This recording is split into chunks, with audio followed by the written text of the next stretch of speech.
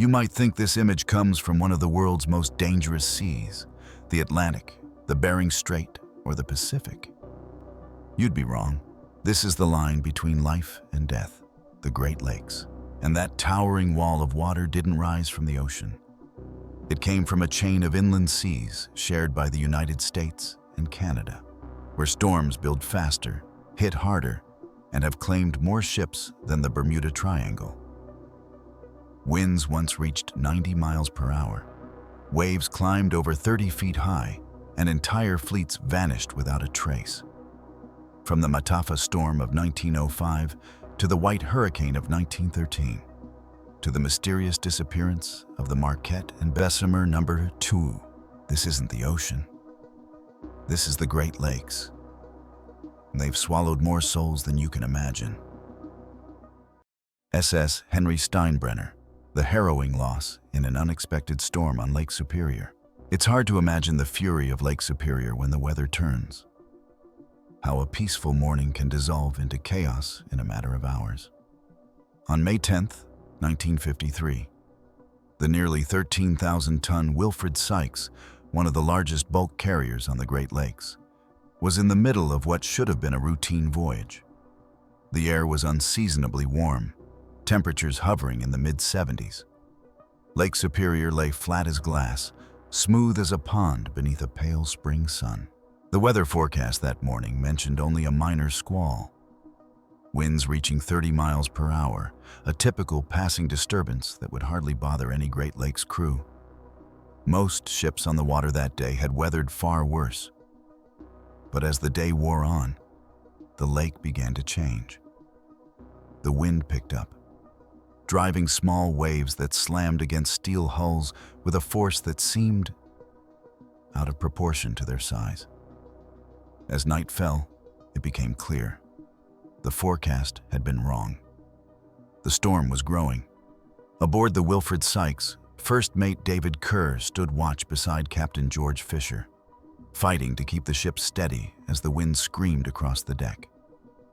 Then suddenly, the calm monotony of the storm was broken by a desperate voice crackling over the radio. "We're all awash. I think I'm going to founder. All our hatch covers are gone. It looks like we're done for." The transmission came from Captain Albert Stigand of the Henry Steinbrenner. Kerr would never forget those words. The Henry Steinbrenner had carried bad luck since the day she was launched. Designated Hull No. 14, she was built by the J.S. Shipbuilding Company in Port Huron, Michigan, for the Kinsman Transit Company of Cleveland, Ohio. She was a typical early 20th century ore carrier, launched hastily on September 28, 1901, after a fire broke out near her slipway. Workers rushed to move the unfinished hull into the water to save her from the flames. To some, that hurried launch would later feel like an omen. Named after the head of Kinsman Transit, the Henry Steinbrenner measured 427 feet in length, with a 50-foot beam, and came in at 4,719 tons. She could haul 6,500 tons of bulk cargo, usually iron ore. Her design followed the standard blueprint of Great Lakes freighters at the time.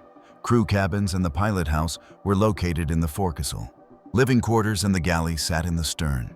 Between them stretched her cargo holds, sealed by 12 telescoping hatch covers. Power came from Scotch Marine boilers, feeding a triple expansion steam engine, giving her a service speed of around 12 knots. Her crew numbered 30 men. The Henry Steinbrenner didn't enjoy a peaceful career. On December 5, 1909, while transiting the St. Mary's River, she collided with another vessel, the H.A. Buwalda, near Round Island on Mud Lake. The impact tore open a 25-foot gash amidships, flooding her holds and sending her to the bottom. Only the pilot house and aft deck house remained above water. Initially written off as a total loss, she was later deemed salvageable. Tom Reed, a local salver, was paid $35,000 to raise her. His team cut through 12 inches of winter ice to patch the hole. When spring came, they built a cofferdam, pumped out the water, and refloated the ship. Against the odds, the Henry Steinbrenner returned to service. Misfortune struck again in 1923 when she collided with the John McCarthy in heavy fog on Whitefish Bay. Repairs cost $155,000. In 1941, she rammed a lock wall at Sault Ste. Marie, causing severe damage. Yet each time she was patched, certified, and sent back onto the lakes. By 1953, she was the oldest vessel in the Kinsman fleet, though not the oldest sailing the lakes. Earlier that year, she had passed her 5-year American Bureau of Shipping survey, and her February dry docking inspection raised no serious concerns. Still, some crew members doubted her seaworthiness. They complained of worn equipment, loose hatch clamps, and fatigue in her steel. The Mullen-type clamps used to secure her hatches were decades old. On some, the threads had stripped, making it impossible to tighten them properly. Yet this kind of lax maintenance wasn't unusual for older freighters. The Henry Steinbrenner had survived half a century. She seemed indestructible.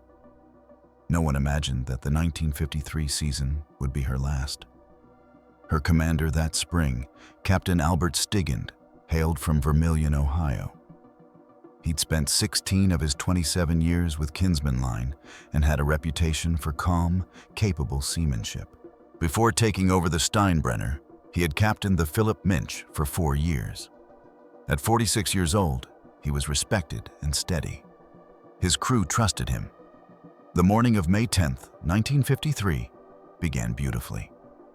The sky was clear, temperatures in the mid-70s, and Lake Superior was as smooth as glass. At 5 a.m., the Henry Steinbrenner left the Northern Railway dock in Superior, Wisconsin, loaded with 6,800 tons of iron ore bound for Bethlehem Steel on Lake Erie. Everything aboard was in order. Steering and navigation equipment were checked and found working perfectly. The ship's radar was out of service, but on a day this clear, no one cared. Her 12 hatches were closed and secured, each fastened by 28 clamps. The tarpaulins, meant to make those hatches watertight in extreme weather, remained stowed away.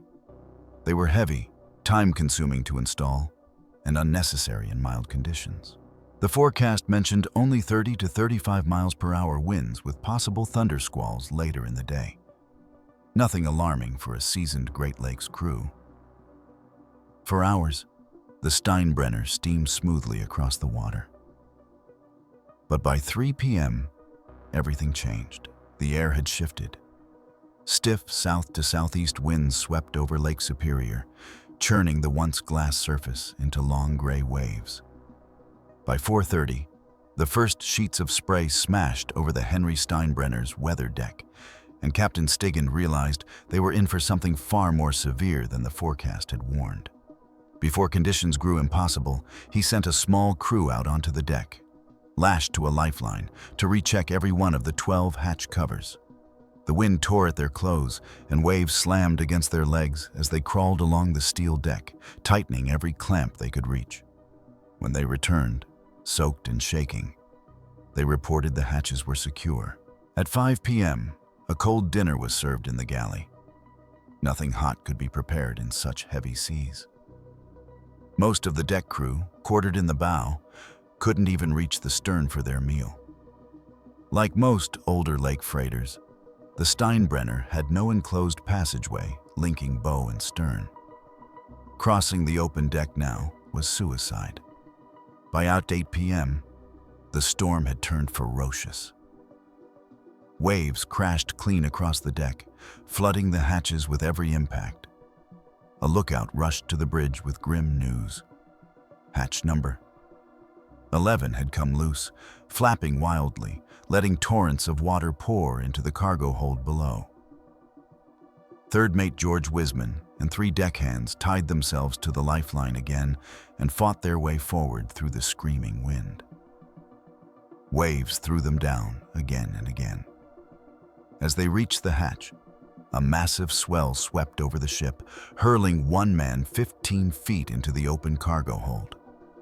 Somehow, they hauled him back up, uninjured, and carried him to safety in the galley.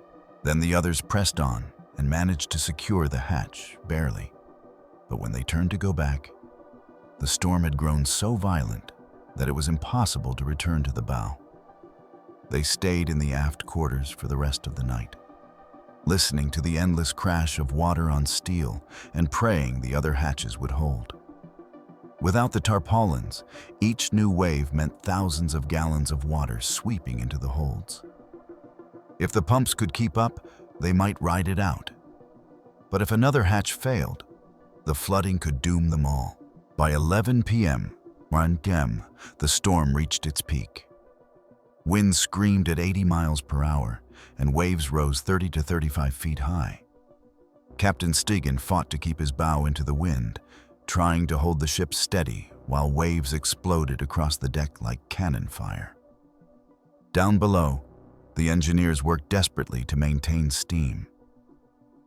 Oiler Augsburger later said that at one point, the ship rolled so hard that a wave actually poured water down her funnel. Through the long night, the Henry Steinbrenner groaned, shuddered, and pitched violently. Her speed dropped to barely 4.8 miles per hour, just enough to keep her from broaching. Each passing hour seemed endless. Then, around 4:30 a.m., disaster struck again. Hatch number 11, which had survived the night so far, broke open once more. The storm was now too savage to send men on deck. No one could even stand upright. With the hold open to the lake, water poured unchecked into the ship. By 6 a.m., the crew realized they were losing power. The rudder grew sluggish, and more hatches seemed to be lifting. In a final attempt to buy time, Captain Steigen tried turning the ship so the aft deckhouse could shield the crew while they repaired the damage. But the maneuver failed. A massive wave crashed into the pilot house, ripping open a wooden door. The crew fought to secure it, but each new breaker tore it open again. The Henry Steinbrenner was coming apart. At 7 a.m., Captain Steigen sent his first SOS.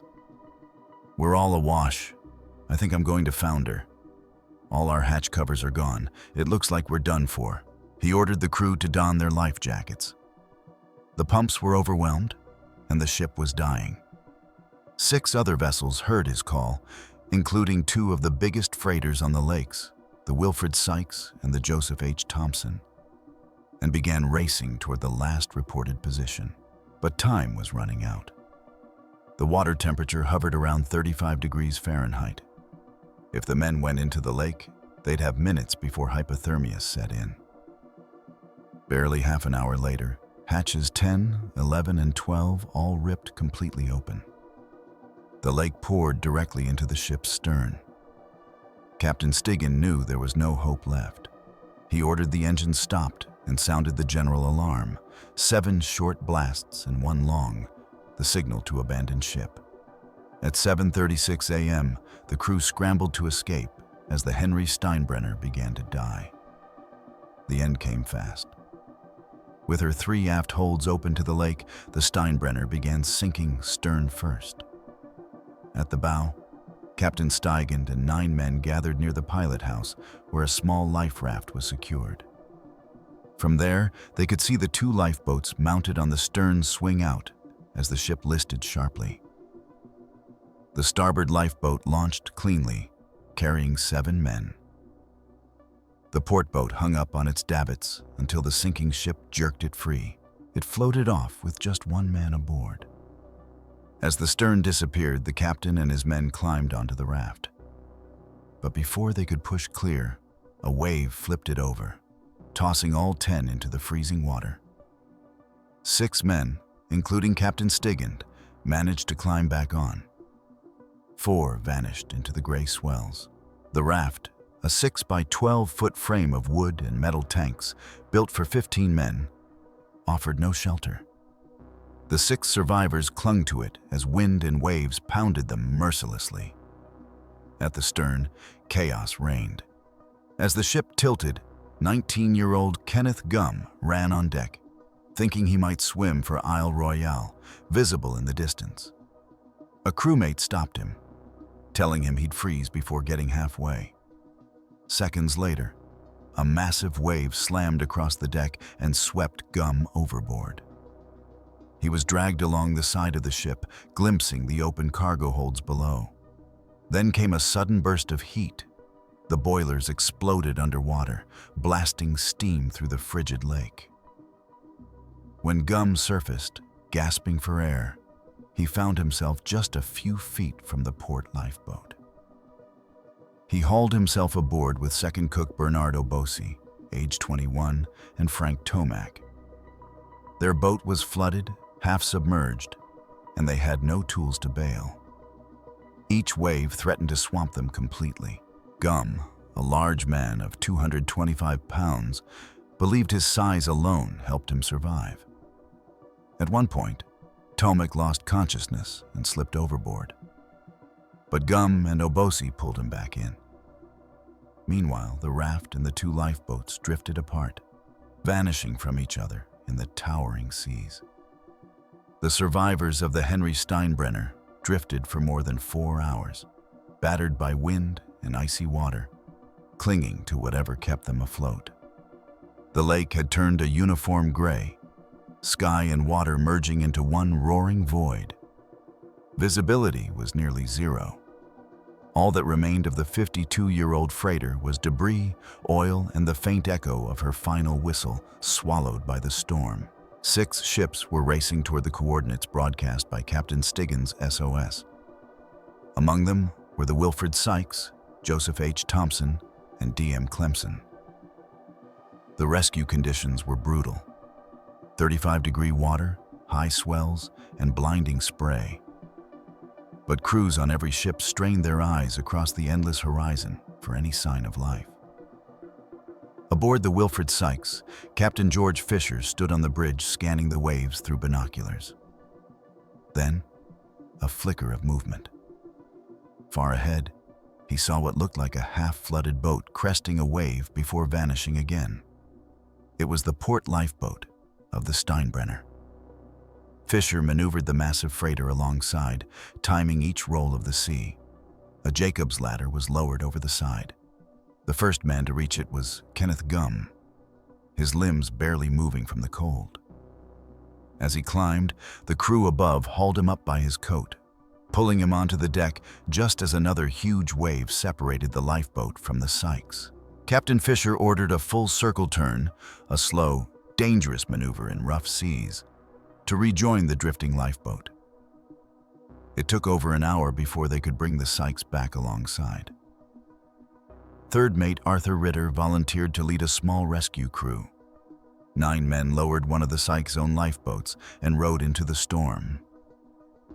Against all odds, they reached the 2 remaining survivors, Bernardo Bossi and Frank Tomac, and pulled them aboard. But Tomac was already fading. Despite every effort to warm him, he died shortly after being brought on deck, his body unable to recover from hours in the freezing water. Elsewhere on the lake, the Joseph H. Thompson found the raft, where Captain Stigand and 5 others still clung to life. They were lifted aboard, half conscious and covered in ice, their hands frozen stiff around the wooden frame.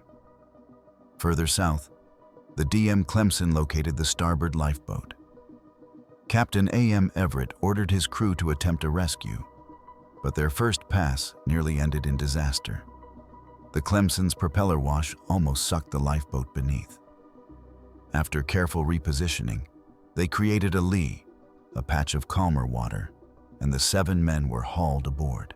Every rescue came just in time. Another half hour in that water, and many more would have died. In total, 17 men were lost with the Henry Steinbrenner. Those who survived were taken ashore for treatment and debriefing. Once the immediate crisis passed, the questions began. How could a ship certified seaworthy just months earlier sink so fast? Why did her hatches fail? And should she have even been on the water that day? The U.S. Coast Guard launched an immediate investigation. Survivors were interviewed in detail. Some criticized the Steinbrenner's condition. They said she was too old, poorly maintained, unsafe. Several pointed to the Mullen-type hatch clamps, claiming many threads were stripped, leaving them impossible to tighten fully. Investigators also revisited her long, unlucky history. The collisions, the groundings, the patchwork repairs. Still, others defended the vessel and her captain. Within a week, by May 18, 1953, the Marine Board of Investigation issued its official report. They concluded that, despite her age, the Henry Steinbrenner had been adequately seaworthy when she left port. Recent inspections and testimony from several crew members, including Kenneth Gum, confirmed that the clamps were in good condition and that all hatch covers had been properly secured. The board ruled that the sinking resulted from the failure of hatches 10, 11, and 12 under extreme wave pressure, a catastrophic flooding event that no ship of her design could have survived. In their words, it was an act of God. But not everyone agreed. The commandant of the Coast Guard at the time publicly disputed that conclusion. He argued that Captain Stiggin's decision not to secure the tarpaulins violated existing regulations that required hatches to be watertight before leaving protected waters. It wasn't an act of God, he said. It was a preventable error. Ultimately, Captain Stigen was stripped of his master's license. Though no criminal charges were filed, he would live with the memory of that storm and the men who didn't make it for the rest of his life.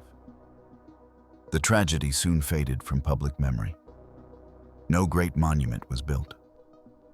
The Henry Steinbrenner simply became another name on the long, sorrowful list of ships claimed by Lake Superior. But fate wasn't finished with her survivors. Over a decade later, one of them, Norm Bragg, found himself once again aboard an aging freighter in heavy weather. The 603-foot Daniel J. Morrell on Lake Huron. When that ship began to break apart in 1966, Bragg stayed calm. He gave instructions to the younger crew on how to survive the coming plunge, advice born from the Steinbrenner disaster. His final words before going down with the Morrell were simple. "It's been good to know you." The Henry Steinbrenner rests somewhere south of Isle Royale, a ghost of iron and memory. Her story remains one of the Great Lakes' quietest catastrophes. A reminder that on Lake Superior, no ship, no matter how old or how tested, is ever truly safe. And when the lake decides to rise, even the calmest day can become a nightmare. When the waters of Lake Superior finally calmed, the Henry Steinbrenner had already joined the long list of names etched into the Great Lakes Book of Losses. But the Great Lakes would soon write a far darker chapter. Do you still remember the White Hurricane? Winds gusting over 90 miles per hour, waves rising 25 to 35 feet high, and 19 ships wiped out in just a few days. That November, Lake Huron turned into a battlefield. SS Argus, when Lake Huron crushed a freighter like an eggshell. It's impossible to speak of Lake Huron without invoking the storm that changed everything. November 1913, the month when the Great Lakes became an inland sea of death. Survivors would later give it a name that sounds poetic, almost gentle, the White Hurricane. But there was nothing gentle about it. For 3 relentless days, wind and snow and water tore across the Great Lakes with hurricane-force gusts exceeding 90 miles per hour, and waves that rose 25 to 35 feet high, taller than a 3-story building. By the time the storm had passed, 19 ships were gone, another 19 wrecked or driven ashore, and more than 250 sailors were dead, most of them swallowed by Lake Huron. It began innocently enough. The fall of 1913 had been mild. Crisp mornings, calm waters, steady traffic between the iron ports of Duluth and the steel mills of Cleveland. By November 5th, captains on the lakes were convinced they could squeeze in 1 or 2 more profitable runs before winter froze the harbors. But on Sunday, November 9th, the sky turned black. That morning, as a line of freighters cleared the St. Clair River and entered the open waters of southern Lake Huron, the calm streak ended. Aboard the George C. Crawford, Captain Walter C. Eiler saw the horizon vanish beneath a curtain of snow and sleet. By early afternoon, the air grew thick with blowing snow that cut visibility to nearly zero. Waves began hammering the Crawford's steel hull, booming like distant artillery. As they passed Point O'Bark, the lake was no longer a lake. It was an ocean. Green waters smashed over the pilot house, rolling down the length of the deck and tearing open vents and skylights. Seawater rushed into the engine room, threatening to douse the boilers. Captain Eiler knew his ship couldn't take much more. His only chance was to turn back south, to run for the relative safety of the St. Clair River before the storm made escape impossible. He gave the order. The Crawford's helm strained under the pressure, but miraculously the waves eased just long enough for her to turn. As she began the desperate sprint southward, Captain Eiler stood on the bridge, soaked to the bone, scanning the chaos for other ships fighting their own battles. Through the snow and spray, he saw a shape to the north, another freighter, her silhouette barely visible between walls of water. It was a vessel he knew well, the SS Argus. The Argus was a steel-hulled ore carrier built by the American Shipbuilding Company in Lorain, Ohio, and launched on August 5, 1905, yard number 326. She began life under a different name, the SS Lewis Woodruff, built for the Gilchrist Transportation Company of Cleveland. At 436 feet long and 4,707 gross tons, she was a workhorse, built to haul coal, iron ore, and limestone through the volatile Great Lakes. She joined hundreds of similar steamers that turned these inland waters into the industrial arteries of America. In 1913, she was sold to the Interlake Steamship Company and renamed Argus, under the command of Captain Paul Gutch.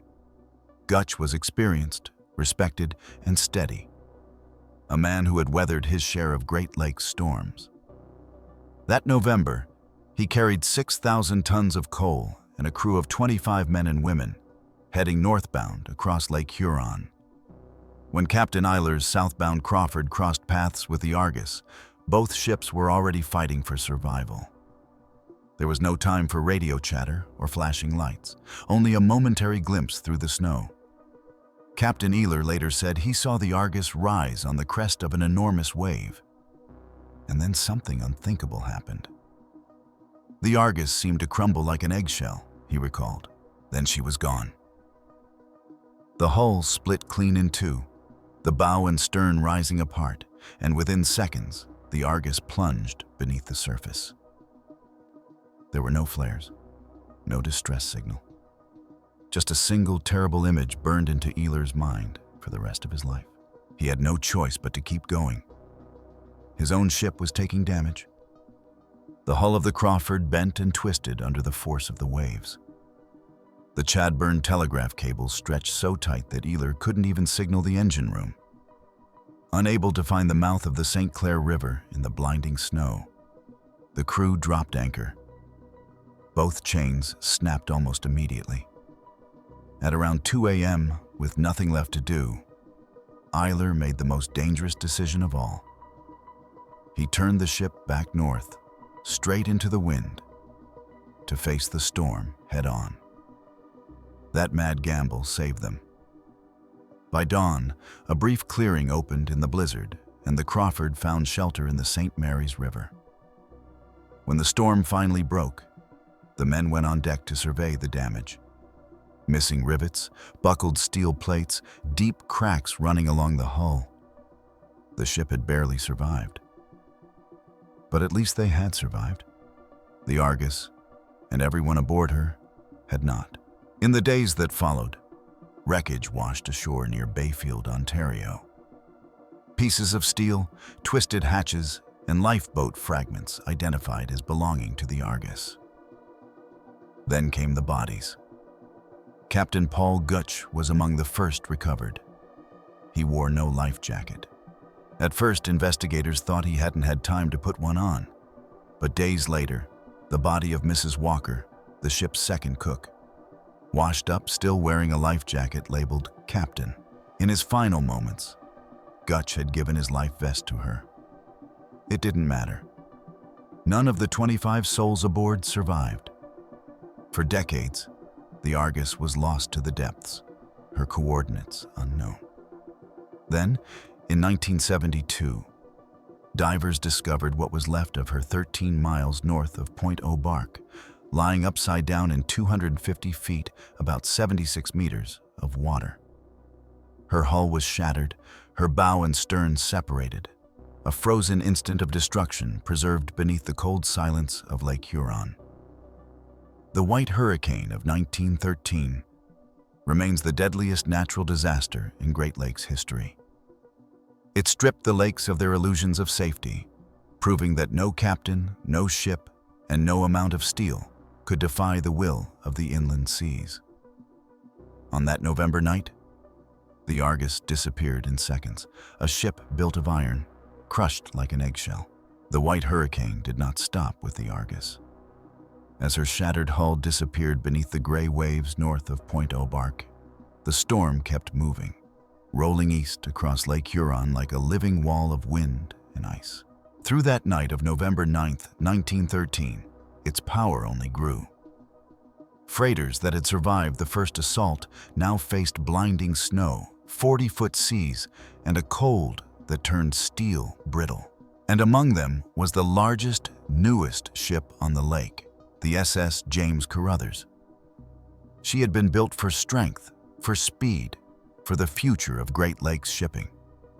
But that night, even the future could not withstand the storm. Completely swallowed, SS James Carruthers, the greatest victim of the White Hurricane. The storm was finally over, but the silence that followed was worse than the wind. All along the ragged shores of Lake Huron, each morning brought more wreckage, a slow, endless tide of loss. Broken hull panels, splintered furniture, barrels, life jackets, and nameless fragments of wood and steel came rolling in day after day. The remains of 13 ships destroyed in what would forever be called the Great Lakes Storm of 1913. It was, and still is, the deadliest storm in Great Lakes history. Among the missing were some of the most powerful ships on the inland seas: the Charles S. Price, the Isaac M. Scott, the Henry B. Smith, and the largest Canadian freighter ever built at that time, the James Carruthers. For days there had been only rumors, telegrams, half-finished, signals that never arrived. Then the debris began to speak. Each beam and lifeboat told the same story. These ships were not merely damaged, they were gone. In Hamilton, Ontario, on November 17th, Thomas Thompson received the message every parent dreads. It came from his daughter in Sarnia, a few brief words confirming the worst. His son, John Thompson, had been aboard the James Carruthers the night she disappeared. There were no survivors. His son was dead.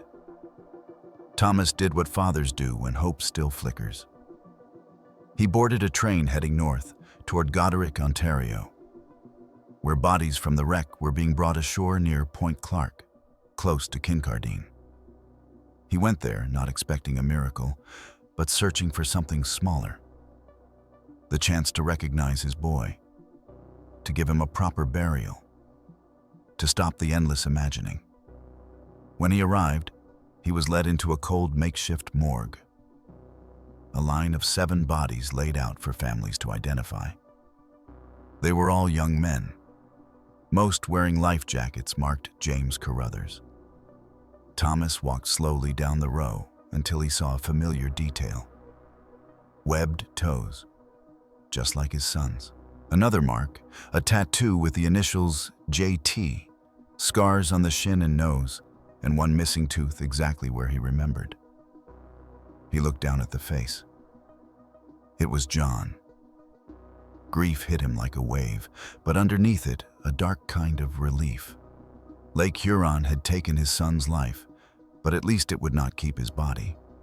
He arranged to send the remains home to Hamilton, bought a coffin, flowers, mourning clothes for the family, and planned a quiet memorial at their house. That evening, friends and neighbors filled the small home. The priest spoke softly over the casket. The candles flickered in the still air. Then the door opened, and the room fell silent. Standing in the doorway, soaked from travel but alive, was John Thompson. He had never boarded the James Carruthers at all.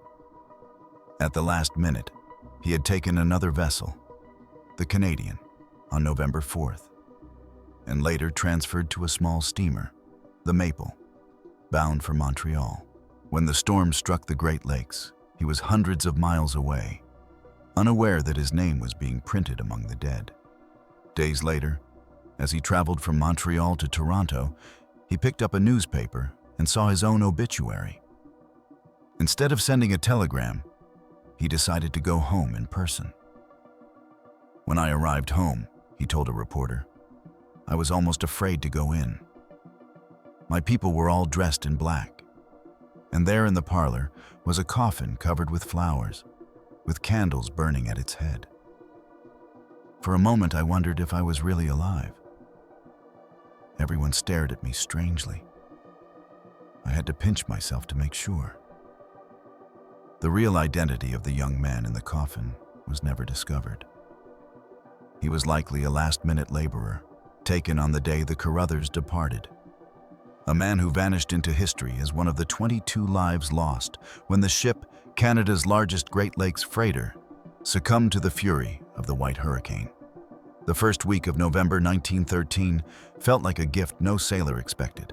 The air was warm, the skies were clear, and the lakes lay flat and quiet, as though summer had forgotten to leave. Captains joked that it was summer in November, a miracle of calm that promised a few more profitable runs before the shipping season closed for winter. Nobody knew that the warmth itself was the warning, the calm that comes before the storm that rewrites history. In Fort William, Ontario, Captain William H. Wright of the brand new SS James Carruthers was pleased to have extra time to break in his ship. She was the pride of Canada's Great Lakes fleet, the largest bulk freighter in the nation. While her holds filled with 375,000 bushels of wheat, Captain Wright happened to cross paths with Captain S.A. Lyons of the J.H. Sheetal, a slightly smaller ship belonging to the Cleveland Cliffs Iron Company. Lyons congratulated him on his fine new vessel. "How does she handle?" he asked. Wright smiled. "We've still to learn all of her tricks," he said, "and the lads in the forecastle are complaining that the paint in their rooms is still a little sticky." It was a casual conversation. Two seasoned men admiring the power of human engineering, unaware that both their ships would soon face a storm no engineer could design against. That evening, both vessels were scheduled to leave Fort William together, late on November 6, 1913. But the Carruthers was delayed a few hours. By the time she slipped her mooring lines, the Sheetal was already nosing out into Thunder Bay. When the Sheetal rounded Thunder Cape, she met the first messenger of what was coming. A sudden southwest wind that rose like a living wall, whipping the lake into chaos. Caught off guard, Captain Lyons turned back and sought shelter behind Pie Island. By 3:30 a.m., November 7th, the winds had died, the water had calmed, and the illusion of safety returned. As Lyons weighed anchor, the James Carruthers finally departed Fort William, bound for Midland, Ontario, her hull heavy with wheat and confidence. As dawn broke, the two great freighters moved down Lake Superior, side by side in the cold morning light, steel against steel, smoke trailing over still water. No one aboard could imagine that within 48 hours, one of those ships would vanish completely. The James Carruthers was the symbol of progress, a Canadian masterpiece of industrial design. Labeled Yard Number 0038, She had been built by the Collingwood Shipbuilding Company in Collingwood, Ontario, and launched on May 22, 1913, to cheering crowds and brass bands. She was christened by Lillian C. Wright, daughter of A.A. Wright, general manager of the St. Lawrence and Chicago Navigation Company, which owned her. Her name honored James Carruthers, the company's president, part of a long tradition of naming freighters after the men who built the empire of the lakes, and she was immense. 550 feet long, 58 feet across the beam, and weighing 7,862 gross tons, she was built to dominate the inland seas. Her 6 cavernous holds were divided by 31 cargo hatches, each 38 by 9 feet. And beneath her steel hull lay a double bottom with 5 watertight compartments for ballast. She could haul 15,000 tons of cargo, the equivalent of 375 rail cars, stretching 3 miles end to end. Her power came from 3 Scotch marine boilers feeding a triple expansion steam engine, driving a single screw at a service speed of about 10 knots. A crew of 22 operated her. She even had a near-identical sister ship, the J.H.G. Haggerty, launched the following year in 1914. The Carruthers was considered a triumph, modern, massive, and economical. Like most Great Lakes freighters, she was underpowered, but power wasn't her purpose. She was a workhorse, built not for speed, but for sheer carrying capacity. Within her first 3 voyages, she broke records for the largest wheat loads ever carried in a single run. Captain Wright was proud, and rightly so. He believed this ship would sail for decades, a floating fortress of Canadian steel. But on the Great Lakes, fortresses can float only as long as the weather allows. As the Carruthers steamed eastward on November 7th, the signs of trouble were already gathering.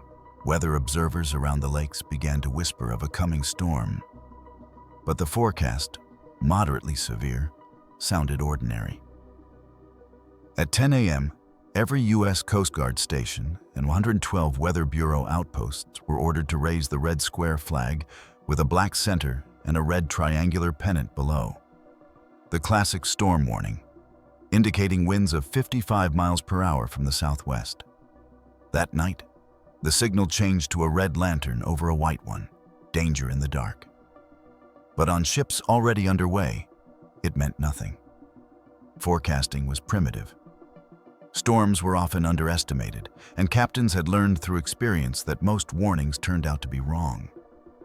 On the lakes, a man's reputation was forged by his courage against the weather. To be known as a heavy weather captain, one who could deliver his cargo through the fiercest gales, was a badge of honor. A ship in port earned nothing, and a captain who hesitated too often risked demotion or dismissal. So when the winds began to rise at 3 a.m. on November 8th, Captain Wright and his crew were already committed. Their ship had left long before the warnings went up. Even if he had seen them, they severely underestimated what was coming. By sunrise, the temperature was plunging. Winds screamed across Lake Superior at over 60 miles an hour, with gusts near 80. Ice began to cling to every line and railing, thickening by the minute. The James Carruthers was one of the best-equipped ships on the lakes, and for a time, that gave them comfort. With skill, courage, and luck, they might ride it out. They could not know that they were already in the path of the storm that history would call the White Hurricane. After hours of brutal wind and waves on Lake Superior, the James Carruthers and the J.H. Cheadle finally reached the Soo Locks on the evening of November 8th, 1913. For Captain Wright and his crew, the sight of the locks felt like salvation, a man-made gateway between torment and safety. They believed the worst was behind them. As the ships moved through the narrow channels, a strange fog rose from the water, a dense, ghostly mist called sea smoke, formed where the warm, unseasonable air met the plunging cold. Snow fell softly through it, muffling sound, turning the world into a white blur. Out of that fog came the lights of another ship, the Midland Prince, moving in the opposite direction. The men on both vessels knew each other well. The Great Lakes were a small world of familiar names. On the Carruthers, Wheelsman Angus Ray McMillan spotted his friend Jack Daly, a fireman aboard the Midland Prince, standing on deck. "We're going to Midland this time, Jack," McMillan shouted. "I'll tell your father we passed you." Moments later, the Carruthers vanished again into the fog.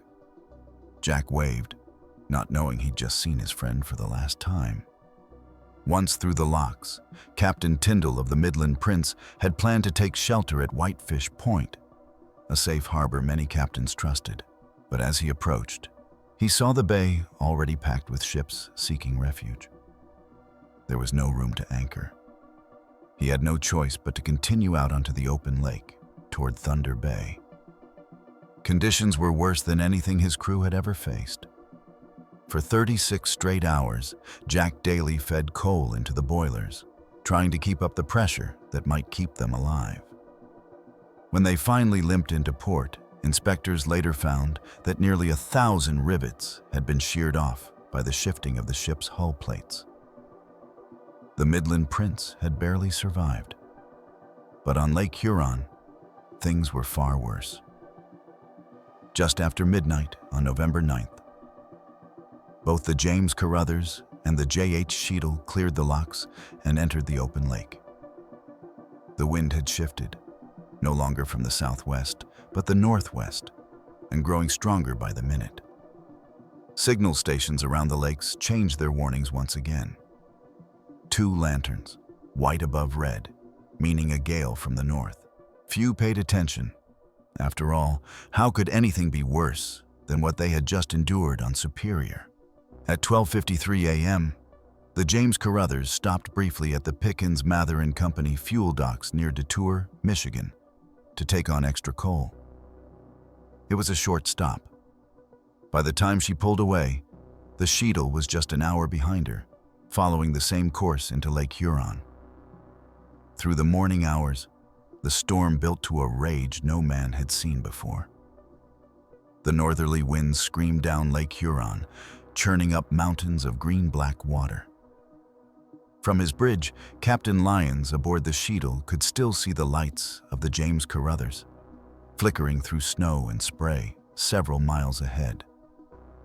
He watched them fade and reappear, tiny defiant stars swallowed and spat out by the storm.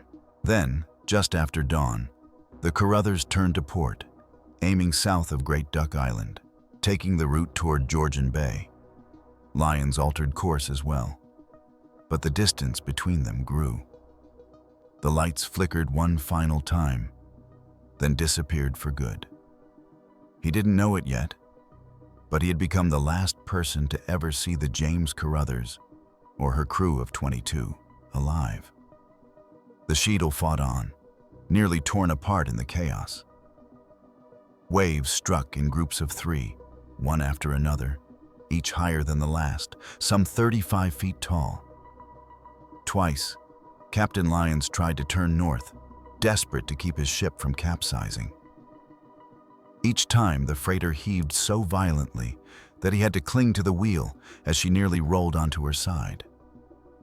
The cables linking the pilot house to the engine room snapped tight, locking the telegraph in place.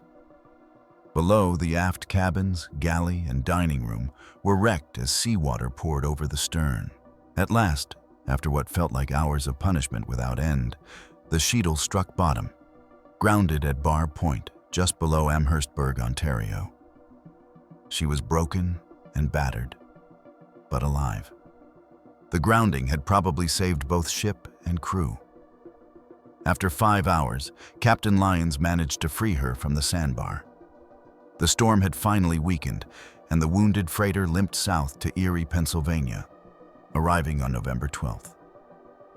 The men aboard the Cheadle had escaped, but others had not. In the days that followed, reports trickled in.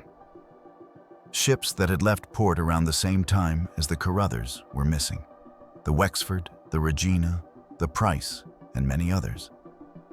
Wreckage littered the shores of Ontario and Michigan. But there was no word from the James Carruthers.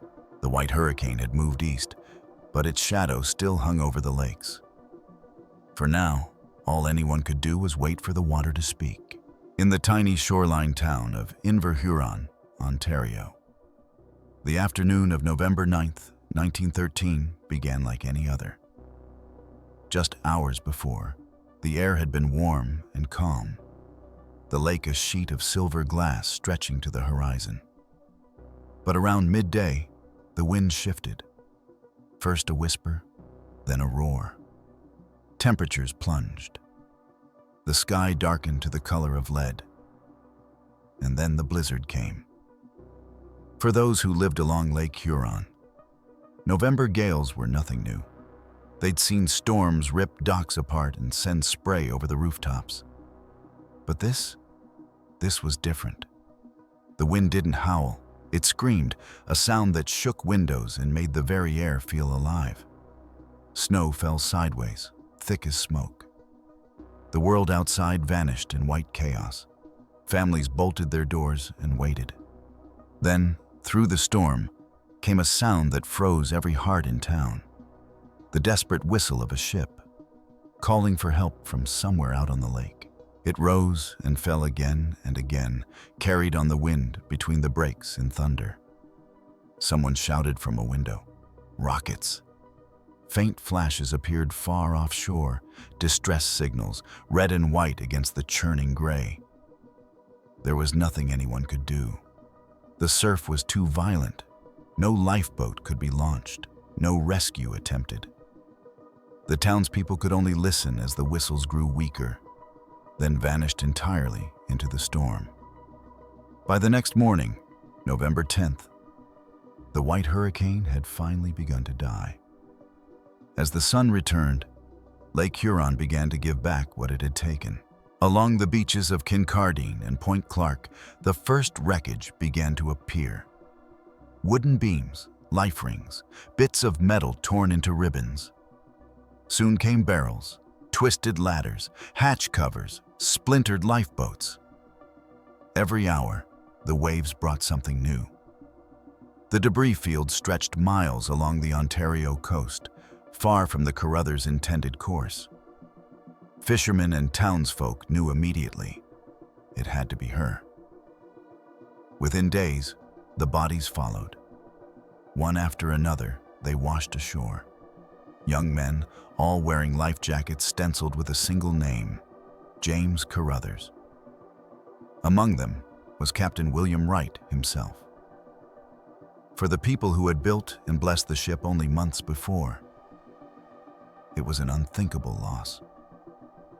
The pride of Canada's Great Lakes Fleet, the largest ship ever built at Collingwood, was gone. No one saw how the Carruthers died. No message, no distress call was ever received. But the clues she left told a grim story.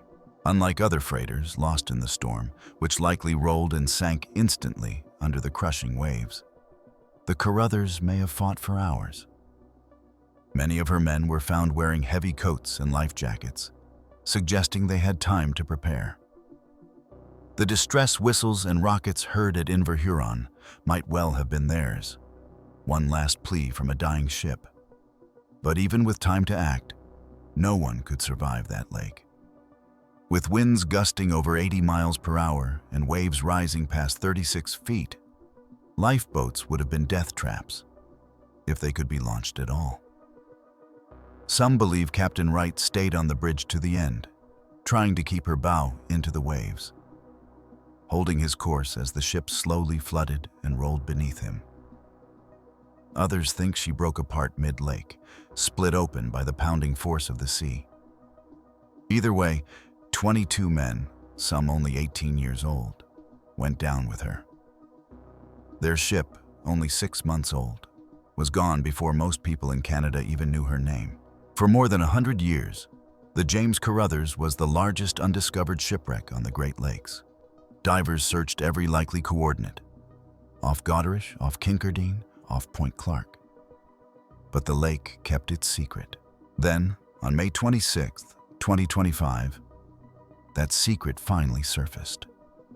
Veteran wreck hunter David Trotter, age 84, and his team detected a massive steel structure resting on the bottom of Lake Huron, about 20 miles east of Harbor Beach, Michigan. It was far from where anyone expected it to be, miles off the predicted course. But there was no mistaking it. The sheer size alone, over 550 feet long, left no doubt. After 112 years, the James Carruthers had been found. She lies upside down, preserved in the icy dark at 190 feet below the surface, her hull mostly intact. The cold, oxygen-starved water of Huron has kept her ghostly still, a steel tomb frozen in time. After the white hurricane of 1913 finally exhausted its fury, it left the Great Lakes in ruins.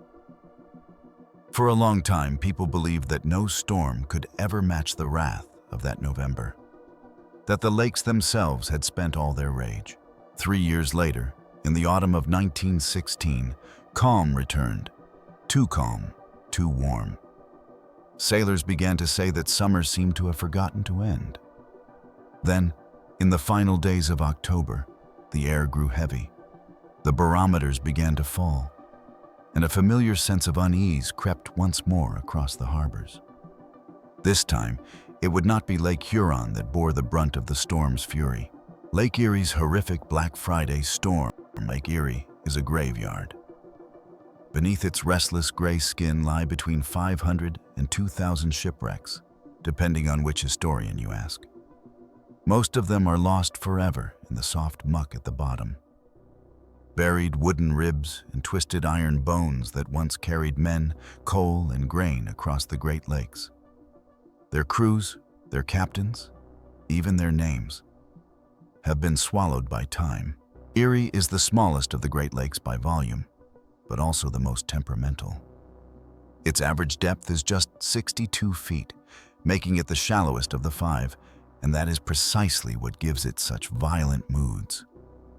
When strong winds sweep across its open surface, the waves build quickly and break hard, rising from nothing into walls of water that can hammer a ship every few seconds. The same shallowness that makes Erie easy to navigate on calm days also makes it lethal in a storm. A basin where waves have no room to spread their energy, turning the entire lake into a boiling cauldron of cross-currents.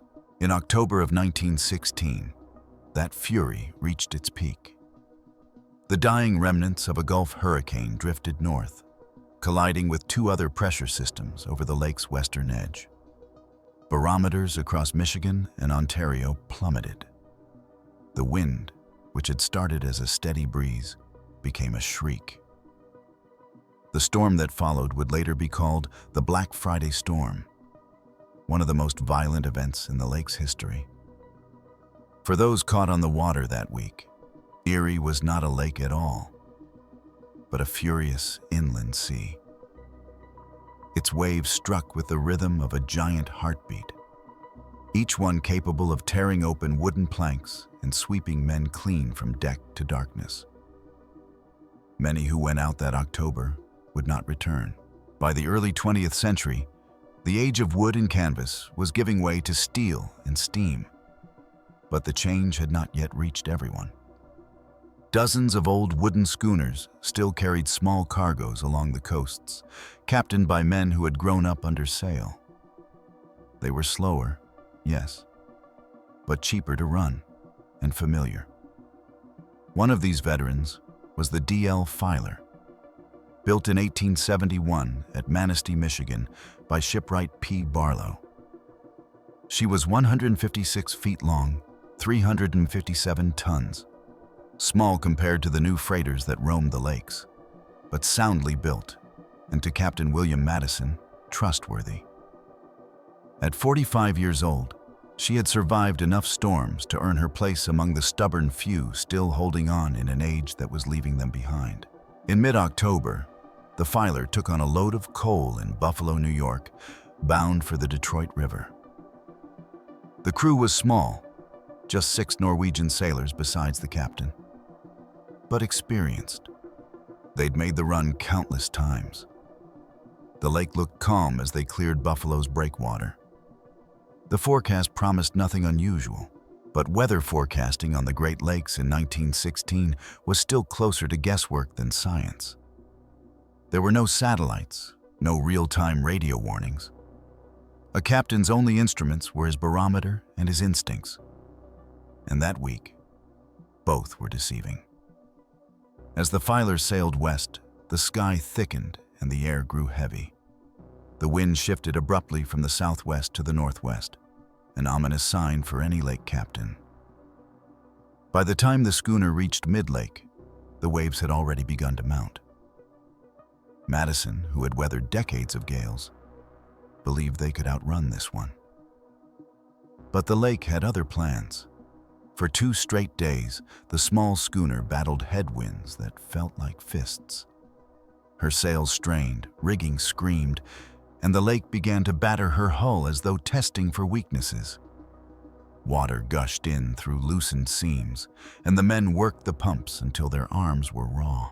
When the Detroit River finally appeared on the horizon, on Friday, October 20th, 1916, the worst had yet to come. As night fell near Bar Point, the wind rose to hurricane force. The DL Filer, battered beyond endurance, began to founder. Madison ordered his men to climb the masts, the only chance they had to survive the sinking. The schooner went down in just 18 feet of water, so shallow that her hull settled on the bottom, while her masts still protruded above the waves, trembling under the relentless wind. 6 sailors clung to the foremast. Captain Madison climbed the aftermast, shouting for them to hold on. Then, under the combined weight of 6 men and the pounding of the storm, the foremast snapped like a matchstick, hurling the men into the black water below. Only one managed to reach the aft mast and cling beside the captain. The rest were gone, swallowed by the lake in seconds. Through that endless night, the 2 survivors clung to the freezing wood while waves smashed over them, stripping away feeling, hope, and time. The storm turned the lake white with foam. Hours passed like entire lifetimes. Then, sometime after midnight, Madison saw a shape looming in the dark. A steel-hulled steamer, close enough to see the faint glow of her bridge lamps. He and the other man screamed, waving frantically, their voices lost in the roar. The ship passed so near that Madison could almost touch its wet iron hull. Then it was gone, disappearing back into the storm. The crew aboard likely never heard them at all. When dawn came, the lake began to settle, gray and cold. The 2 men were still alive, barely conscious, their arms locked around the mast. Out of the morning mist, another vessel appeared, the passenger steamer Western States, emerging from the Detroit River. This time, they were seen. Passengers crowded the railings, pointing, shouting. Captain Salem Robinson of the Western States lowered a lifeboat. The crew rowed hard through the lingering chop toward the wreck. Just as they reached the broken mast, the sailor beside Madison lost his strength. He slipped into the water, too exhausted to fight, and disappeared beneath the surface. Captain Madison could only watch.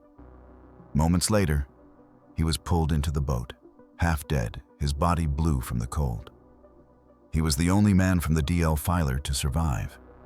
6 Norwegian sailors had vanished into Lake Erie's graveyard that night, and their ship, an old workhorse from the age of sail, was gone forever. That storm was just beginning. By the fall of 1916, change was rolling across the Great Lakes. Before the First World War, a brief economic downturn had left shipyards quiet and docks half empty. Many sailors found themselves stranded ashore, and even the larger steel freighters, once symbols of industrial power, spent whole seasons tied up at harbor, waiting for freight that never came. Then war came to Europe, And though America hadn't yet joined the fight, the ripple reached across the Atlantic and into the heart of the lakes. Grain, coal, timber, all were in demand again. Factories in Detroit, Cleveland, and Toledo roared back to life. Ship owners scrambled to hire crews to patch up vessels that had sat idle, to run one more late-season voyage before ice claimed the water. But while Europe's navies adopted wireless radios, new safety laws, and steel-hulled engineering inspired by the lessons of the Titanic, the Great Lakes were slow to change. In 1916, only a handful of freighters carried working radio sets, and few could afford full-time operators. Most captains still relied on the same tools their fathers had: a barometer, a compass, and instinct. When a storm came, warning flags might rise at a few weather stations, but there were no radio forecasts, no coordinated alerts, no lifelines. A captain's pride was still measured by how he handled heavy weather, not by how often he sought shelter. To turn back for safety when others pressed on was to risk a reputation. And in that business, reputation was everything. The Marshall F. Butters was one of those aging wooden steamers that refused to quit. Launched on June 2, 1882, she measured 164 feet, operated by a small crew of 13 men, and usually carried lumber and shingles across the lakes. She was named after a Michigan lumber baron whose wealth had built half the docks along Saginaw Bay. Though outdated, she was sturdy, oak and pine planking reinforced by iron bolts, her boiler driven by the same Scotch fire tube system that had served the lakes since the 1870s. In mid-October of 1916, the Butters left port with a hold full of cut lumber, dense, heavy cargo that could shift dangerously if not lashed tight. Her destination, Toledo, by way of the Detroit River. The men had made this run hundreds of times, but as they crossed into Lake Erie, the sky darkened and the wind began to roar. By the afternoon of Friday, October 20th, the storm was in full force. Waves rose like black cliffs, hammering the wooden hull.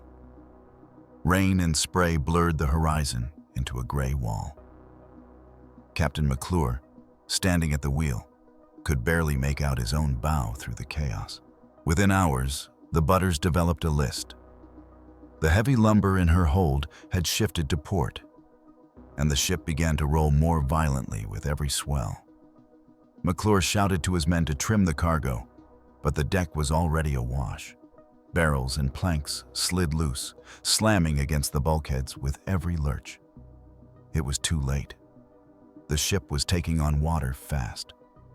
Desperate, McClure pulled the whistle cord again and again, sending out a long, wailing distress call that vanished into the gale. There was no one close enough to hear. Then came the final blow. A massive wave broke over the stern and flooded the engine room, snuffing out the fires in her boilers. The Marshall F. Butters lost power instantly. Her lights flickered and died. Without steam, she could no longer pump water. She was adrift. At that point, most captains would have given up. But McClure refused. He stayed in the pilot house, his hands raw from the wheel, while the crew struggled to launch a lifeboat. 10 men managed to get it into the water, barely. McClure and 2 others stayed behind, determined to keep the whistle blowing, one last cry for help. By some miracle, 2 nearby steamers spotted the faint puffs of white escaping from her boilers. The Frank R. Billings and the F.G. Hartwell. Captain James Cody of the Billings had not heard a distress call, but he knew the signs. The smell of burnt coal in the air, the plume of steam rising unevenly from the horizon. It meant one thing: a ship was dying. Cody fought the wind with all the experience of his 50 years at sea. He ordered barrels of whale oil poured overboard to calm the water. A desperate but time-tested mariner's trick. Inch by inch, the Billings pushed toward the crippled Butters. The crew threw a line across the waves, and it held. One by one, the 13 men from the Butters were pulled aboard, soaked, trembling, but alive. When they looked back, their ship was already slipping beneath the waves. 100 feet of wooden deck vanishing into the gray, her whistle still faintly echoing over the storm. All 13 men had survived. The Marshal F. Butters was gone, but for once, Lake Erie had spared its crew. Yet the same storm that showed mercy here would show no mercy at all to the next ships in its path. Because further up the lake, the steel freighters Merida and Britain were sailing straight into the teeth of the Black Friday storm. As the Black Friday storm tore across Lake Erie, it did not confine its wrath to the old wooden freighters. Farther north, 2 steel-hulled giants were steaming down from Lake Huron, unaware that they were sailing toward one of the most violent nights in Great Lakes history. They were the SS Britain and the SS Merida, near twins in both age and design. The Britain, built by Globe Iron Works of Cleveland and launched in 1890, stretched 312 feet from bow to stern. She was no record breaker, but dependable, a typical bulk carrier of her age, built to haul iron ore, coal, and grain through wind, ice, and rain. The Merida was slightly longer, 377 feet. Launched 3 years later by F.W. Wheeler & Co. of West Bay City, Michigan. For 2 years, she had shared the coveted title of Queen of the Lakes, a term given to the longest vessel then sailing the inland seas. Her builders called her unsinkable, the same word that had been used for the Titanic only 4 years before. But on the Great Lakes, that word meant little. Here, even steel could drown. The 2 ships had departed almost together, loaded for Buffalo and running side by side through the St. Clair River, their hulls cutting dark paths through the cold autumn water. It was late October, Friday the 20th, 1916, and the air was thick, unnaturally warm, the kind of weather that always made seasoned captains uneasy. As the sun set, the horizon blurred into a copper haze. To the men aboard both ships, it felt like the calm before a storm they could not yet see. Visibility dropped quickly as they approached Port Huron. Wind swept across the river's narrow bends, carrying the scent of rain and the faint metallic hum that comes before a squall. Both ships slowed, exchanging horn signals, their captains alert but confident. Captain J.F. Massey commanded the Britain. He was a cautious man, known for his steady hands and reluctance to gamble with the weather. Ahead of him, on the Merida, Captain Harry L. Jones was his opposite. Decisive, bold, the kind of skipper whose crew would follow without question. They had both seen their share of storms, but this one would be different. By nightfall, they reached open lake. The protection of the river vanished, replaced by a vast, heaving blackness. Winds screamed out of the southwest. Rain stung like sleet. The waves built with frightening speed, 10, then 15 feet, rolling faster than any man could track. Captain Massey watched the first great breaker crash over the Britain's spar deck, felt the ship shudder beneath him, and made his decision. He would turn toward Cedar Point, drop anchor, and ride it out. The Britain swung slowly eastward, her engines reversing against the gale. Anchors dropped, cables groaned, and the vessel began to hold steady. Massey could only watch as the lights of the Merida faded into the dark, swallowed whole by the storm. Captain Jones, aboard the Merida, must have believed his ship could handle it. She was steel-built, powerful, and he had sailed her through worse, or so he thought. The barometer was falling fast, but he pressed on. Crewmen lashed down the hatches, checked the pumps, and prayed the engines would keep steady. The Merida charged southward toward Buffalo, vanishing behind walls of wind and spray. By midnight, Lake Erie had become a boiling chaos. Waves smashed broadside against the ship's hull. The engine strained. At times, the propeller lifted clear of the water entirely, screaming into air before slamming back into the lake with a shudder that rattled every bolt. Inside the galley, pots and crates crashed from their shelves. Men shouted to one another, but the wind carried their voices away. No one can say for certain what happened next. Some believe a hatch cover tore loose, letting in the first fatal rush of water. Others think the Merida rolled into a trough, caught broadside between waves so tall that the ship could not right herself. In storms like that, even steel freighters could snap in two. By dawn, the storm was still raging, and the Merida was gone. No radio, no distress call, no flare, just silence. Not a single man from her 23-member crew survived. Days later, another steamer crossing the same route came upon a chilling sight. A cluster of bodies floating together, all still wearing their life preservers, marked SS Merida. It was an image that haunted sailors for decades, proof of how quickly Lake Erie could turn from a mirror to a grave. Captain Massey, safe aboard the Britain at anchor near Cedar Point, reported that the wind howled all night like a freight train. He and his crew could see nothing beyond the rain. No lights, no wreckage. But in the morning, as the sun rose weakly over the gray lake, the water was littered with debris, broken spars, splintered hatches, barrels, and the faint smell of oil. The Merida, one of the finest freighters on the Great Lakes, had vanished without a trace. In later years, divers would search for her remains near Lorraine and Fairport Harbor, guided by rumors and sonar readings. None ever found her. To this day, the wreck of the Merida has never been discovered. A ghost ship lost somewhere beneath the waves that took her, and yet the storm had not finished. As night fell again, another freighter, one unlike any other on the lake, was just leaving Buffalo, her strange, rounded hull gleaming wet under the pier lights. Her name was the James B. Colgate, and before the next sunset, she too would meet the fury of the Black Friday storm.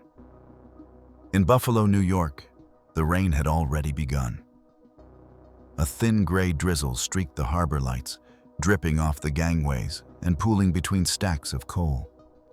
The wind came in uneasy bursts, gusts that carried the scent of the storm rising somewhere out over Lake Erie. It was Friday, October 20th, 1916, and Captain Walter J. Grashoff stood at the wheel of his ship, the James B. Colgate, knowing full well what he was about to risk. He had spent more than 10 years aboard this ship, serving as her first mate. This voyage was his first in full command. The Colgate was an old friend to him, a vessel that had weathered 1,000 gales and come out whole every time. She had carried ore and coal through ice, through fog, through the legendary gales of November. If any ship could stand up to what the lake was brewing tonight, he believed it was hers. The James B. Colgate was no ordinary freighter. She was a whaleback, one of only 44 vessels ever built in that strange and short-lived design. Constructed by the American Steel Barge Company in Superior, Wisconsin, and launched in 1892, she stretched 308 feet and looked more like a giant cigar than a ship.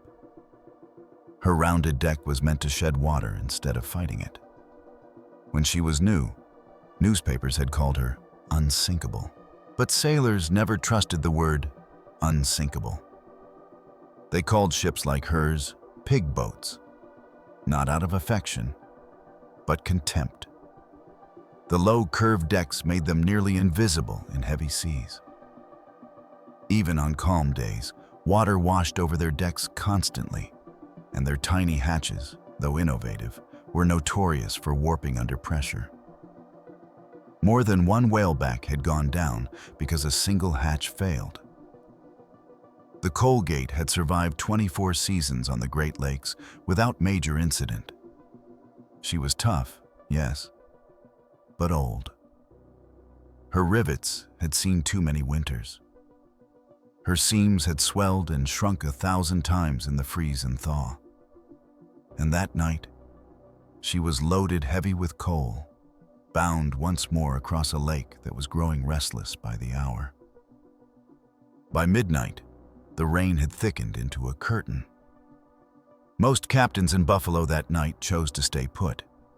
Dozens of ships sat behind the breakwater, their engines banked, their crews sheltering in bunk rooms, listening to the wind. But Grashoff was new in command, and new captains were always being tested, by owners, by peers, even by fate. Delaying cargo meant risking his reputation, so he made his choice. He gave the order to cast off. The Colgate slipped past the piers just after midnight, her navigation lights glowing faintly through the rain. She passed ship after ship, riding out the storm in port. Then, once clear of the harbor, she turned west into open water. At first it seemed manageable. The waves were high but rhythmic. The Colgate's cigar-shaped hull sliced cleanly through the swell, rising and falling with slow grace. But by dawn, the wind had become a full gale, blowing over 70 miles per hour, and the ship began to lose ground. Hour after hour, she fought her way forward, barely making headway. The crew couldn't venture out to secure the tarpaulins over the hatches. The spray alone was enough to knock a man overboard. By the time she reached Long Point, late that afternoon, the canvas covers were in tatters, and the waves were breaking completely over the deck. Inside, water began to pour down into the cargo holds, soaking the coal. The load shifted. The ship lurched. Men were thrown against bulkheads as she rolled harder and harder to port. By 8 p.m., she was already listing dangerously. Captain Grashoff ordered the crew to check the forward deck house. But when they reached it, the bulkhead had torn open, and the lake itself was rushing in. There was no time left to save her. Hurricane-force winds howled through the rigging. The ship's whistle screamed once, twice, and then the deck went vertical. The James B. Colgate plunged bow first beneath the surface, vanishing almost instantly. 26 men went into the black water. Captain Grashoff surfaced gasping, the wind tearing the breath from his lungs. Around him, voices cried out, men thrashing in the freezing chaos, their lifebelts barely keeping them afloat as the waves rolled over them. He would later describe the scene as a sea of moving darkness. Then something struck him in the side.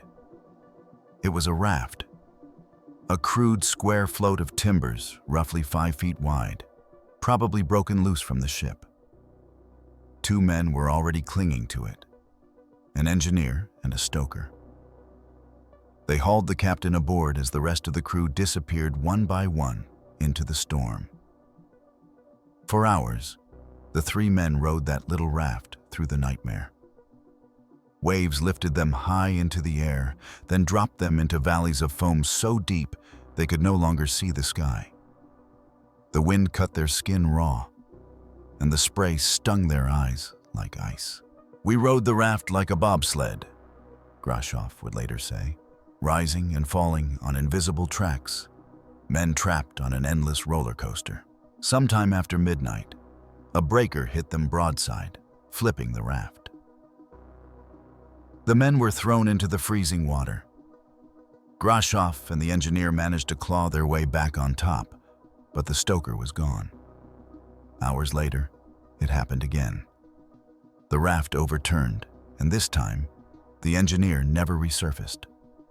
Now alone, the captain clung to the wood with what little strength he had left. The storm raged for another day and a half. Once, during the night, he saw a ship pass in the distance, its lights flickering briefly through the mist. But it did not see him. He screamed, until his voice was gone. By Sunday morning, October 22nd, the wind finally eased. And then, through the haze, a dark shape appeared. The car ferry, Marquette and Bessemer No. 2, the replacement for the original vessel that had sunk in the same lake 7 years earlier. The crew spotted the captain's motionless form drifting on a piece of wreckage. They hauled him aboard. Grashhoff's skin was blue, his pulse barely there, but he was alive. He was the only survivor of the 26 men aboard the James B. Colgate. For the rest of his life, he would carry that memory. The sound of the wind, the faces of the men he couldn't save, and the knowledge that even the strongest ship could vanish in minutes when Lake Erie decided to take her own. That night, 49 sailors died in total. 4 ships lost, dozens more damaged. And yet somehow, history would forget this storm, one of the deadliest ever to strike the Great Lakes.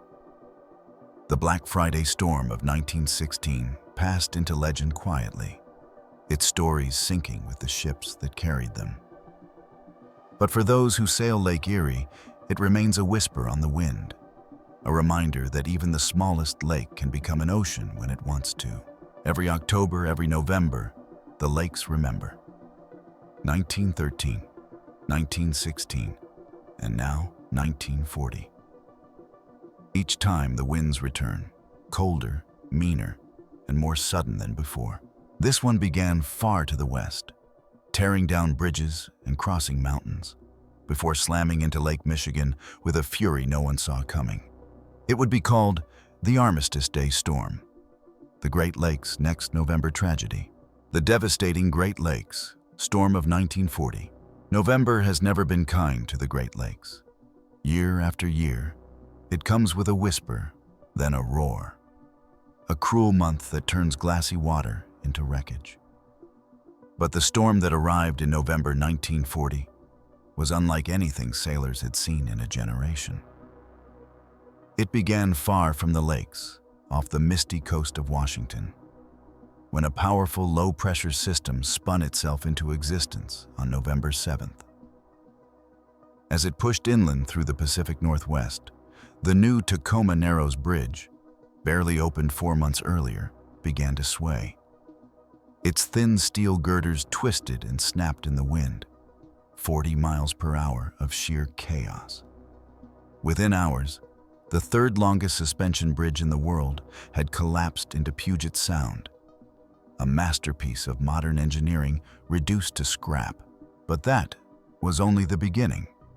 At the same time, another weather system was forming farther south, rolling across the Rocky Mountains, fed by warm, wet air from the Gulf of Mexico. When the two storms met, they merged into something vast, a spinning, violent mass stretching thousands of square miles, crawling eastward toward the heart of North America. By November 11th, Armistice Day, the new superstorm had reached the Great Lakes. It brought with it a wall of snow, hurricane-force winds, and a pressure drop so steep that barometers couldn't keep up. The storm struck Lake Michigan hardest, catching dozens of ships, towns, and hunters completely off guard. 3 massive freighters would sink that night. 66 sailors would never return.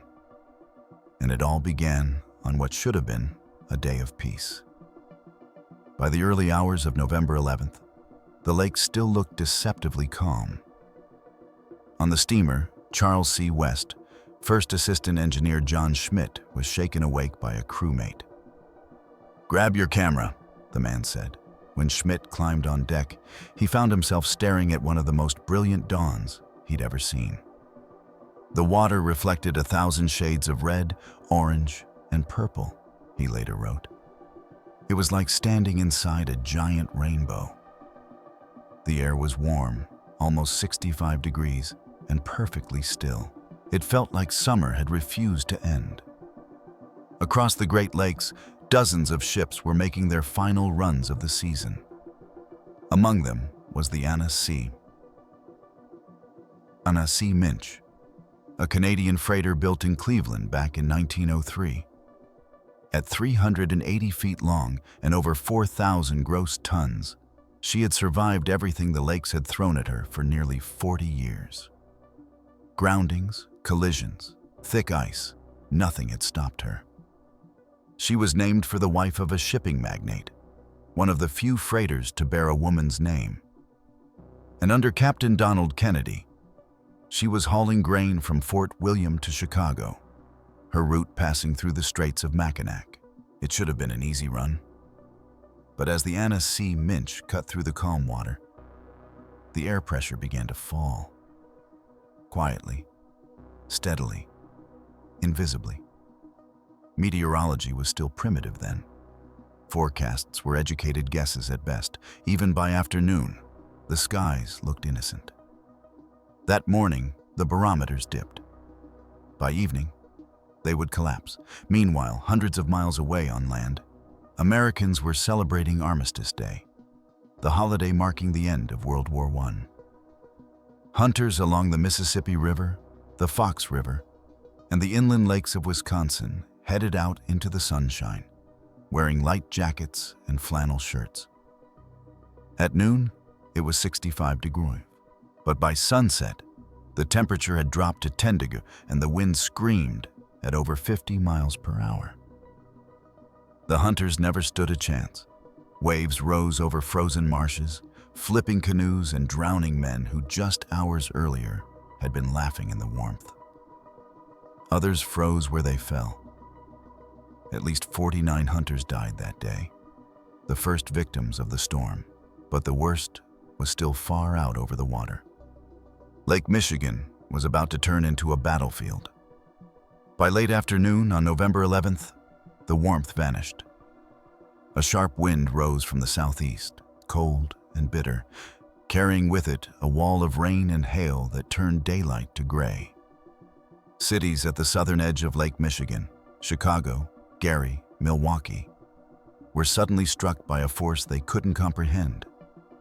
Ceremonies honoring Armistice Day turned into chaos. Crowds scattered as wind tore down banners and shattered windows. Power lines whipped across the streets. Telephone poles bent, signs ripped free, and in moments, entire neighborhoods went dark. Then came the lake surge.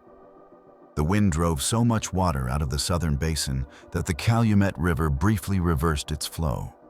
In Green Bay, the Fox River fell so low that mills and power plants were forced to shut down. Across the region, the temperature continued to plunge, 50 degrees in just a few hours, and the rain became snow. Farther north, out on the lake, few sailors realized the storm's true power. The last weather reports they'd heard warned only of northeast winds. Nothing unusual, nothing worth delaying a run for. On the Annecy Minch, Captain Donald Kennedy wasn't worried. The wind might make for a rough night, but he'd seen worse. Running several hours ahead of him was another veteran freighter, the William B. Davik, under Captain Charles W. Allen, with a crew of 32. Both ships were steel workhorses of the early century, slow but steady, trusted by their men. By mid-afternoon, Captain Allen radioed that the weather was unseasonably mild. It would be the last transmission ever received from the Davik. As night fell, the storm rolled over Green Bay and Death's Door, the narrow, treacherous channel between the Door Peninsula and Washington Island. The 416-foot freighter Sinaloa was among the first to meet it. Without warning, winds leapt from calm to hurricane force. The ship's power lines ruptured, leaving her dead in the water, thrown helplessly between waves that seemed taller than her masts. Hour after hour, the crew fought to keep her afloat. Finally, by some miracle, the Sinaloa grounded on a reef near Sac Bay. Local fishermen spotted her distress flares and through the night rigged a breeches buoy to the shore. One by one, every man aboard made it safely across the line to land. The ship was a total loss, but not a single life was taken. Elsewhere, luck was far crueler. In Ludington, Michigan, the storm ripped the coast apart. The U.S. Coast Guard station was ordered evacuated after the watchtower began to sway dangerously. 2 car ferries, Pair Marquette No. 21 and City of Flint, were fighting for survival. The Pair Marquette No. 21 barely limped into harbor after smashing through old pilings. But the City of Flint, the pride of the fleet, was less fortunate. As Captain Jens Vevang tried to make port, hurricane winds drove her broadside into the breakwater. Waves 30 feet high pounded the hull. With no way to control the vessel, Vevang made a desperate decision. He ordered the seacocks opened. Seawater flooded the compartments, grounding the ferry in the sand to keep her from capsizing. From shore, hundreds watched as spotlights cut through the darkness, illuminating the wrecked ferry and her terrified passengers. 48 crew and 4 civilians clung to the deck through the night, praying the storm would weaken. By dawn, rescuers reached them by Breach's buoy and surfboat. All survived, shaken, half frozen, but alive. But farther out on Lake Michigan, there would be no such rescue. The snow grew heavier, the wind louder. And in the white void of the storm, 3 ships fought battles they could not win. By nightfall on November 11, 1940, Lake Michigan was no longer a lake. It was an ocean of white, a roaring wall of snow and water where the horizon ceased to exist. Winds howled at 80 miles per hour. Waves rose 20, then 30 feet high. Even the most powerful freighters, the pride of an industrial nation, were tossed like children's toys. For sailors out there that night, the world was reduced to 2 sounds: the groan of twisting steel and the roar of a storm that wanted them gone. The first to succumb was the Canadian freighter SS Novadoc, under Captain George Stipe, sailing north from Chicago to Port Alfred, Quebec. She was a small but sturdy 253-foot ship, built in England in 1928, with engines strong enough to match ships twice her size. But that night, nothing on Lake Michigan was strong enough. When the storm hit, the Novadoc was hugging the eastern shore, hoping the bluffs would break the wind. Then, without warning, the gale shifted. The full weight of the storm came from the west, slamming her broadside. Her bow lifted and fell, each time with bone-shattering force. Captain Stipe shouted for more power. Down below, his engineers fed coal into the boilers until the air turned black. But the ship barely responded. Whether the coal was poor or the firemen too seasick to work, no one could say. The Novadoc had lost her fight. Through the blinding snow, Stipe briefly saw another ship, the Annecy, Minch, lurching violently in the distance, struggling against the same wall of wind. Seeing the larger ship lose control sealed his fate. If the Minch couldn't survive, what chance did the Novadoc have? Moments later, the smaller freighter was driven toward the Michigan shoreline. At Little Sable Point Lighthouse, keeper William Cruel saw her lights flickering in the snow, dipping in and out of the waves. He knew instantly what it meant. She was going aground. He called for help and sent his assistant, Henry Vavrina, racing down to the beach with a flashlight to signal the doomed vessel. But the Novadoc never answered. In the howling storm, her lights vanished. When dawn broke on November 12th, Cruel's prediction proved correct. The Novadoc had run aground about 2 miles north of Little Point Sable, just 150 yards from the beach. Her hull was broken clean in half. To onlookers, it seemed impossible that anyone could have lived through that night. Then, a flicker of movement from the pilot house. Someone was still alive, but no one could reach them. For 36 hours, the survivors were trapped aboard the shattered wreck, pounded by freezing waves. The Coast Guard tried and failed to launch boats. Even the ice-coated surf made rescue impossible. Two of the men, the ship's cook, Joe Shane, and his assistant, Philip Flavin, tried to escape, running across the icy deck toward the pilot house. Both slipped, clung to the rail, and were swept away. Their bodies were never found. At last, Captain Clyde Kloss of the fishing tug. Three brothers decided he'd waited long enough. He and his two crewmates, Gustav Fisher and Joe Fountain, launched into the storm themselves. They reached the Novadoc and, one by one, pulled 17 survivors from the wreck, frostbitten, shaking, but alive. Only Shane and Flavin had been lost. For the Novadoc, salvation came late, but it came. Her wreck would remain on the beach for years, slowly torn apart by the surf. That same night, just a few miles north, Captain Donald Kennedy was fighting for his life aboard the Anna C. Minch. Built in 1903, she was a 380-foot veteran of the lakes, tough, dependable, and nearly 40 years old. She had survived fog, collisions, and groundings. But against the Armistice Day storm, experience meant nothing. Sometime after midnight, her hull split clean in two, barely a mile and a half south of Pentwater. 24 men went into the icy black water. None survived. The Minch was gone, swallowed in a single, violent hour. Not far from her, Captain Charles W. Allen of the William B. Davok fought the same losing battle. His 420-foot freighter had served proudly since 1907, rebuilt and modernized in the 1920s. For most of that night, it seemed she might make it. Then a violent shudder ran through her hull.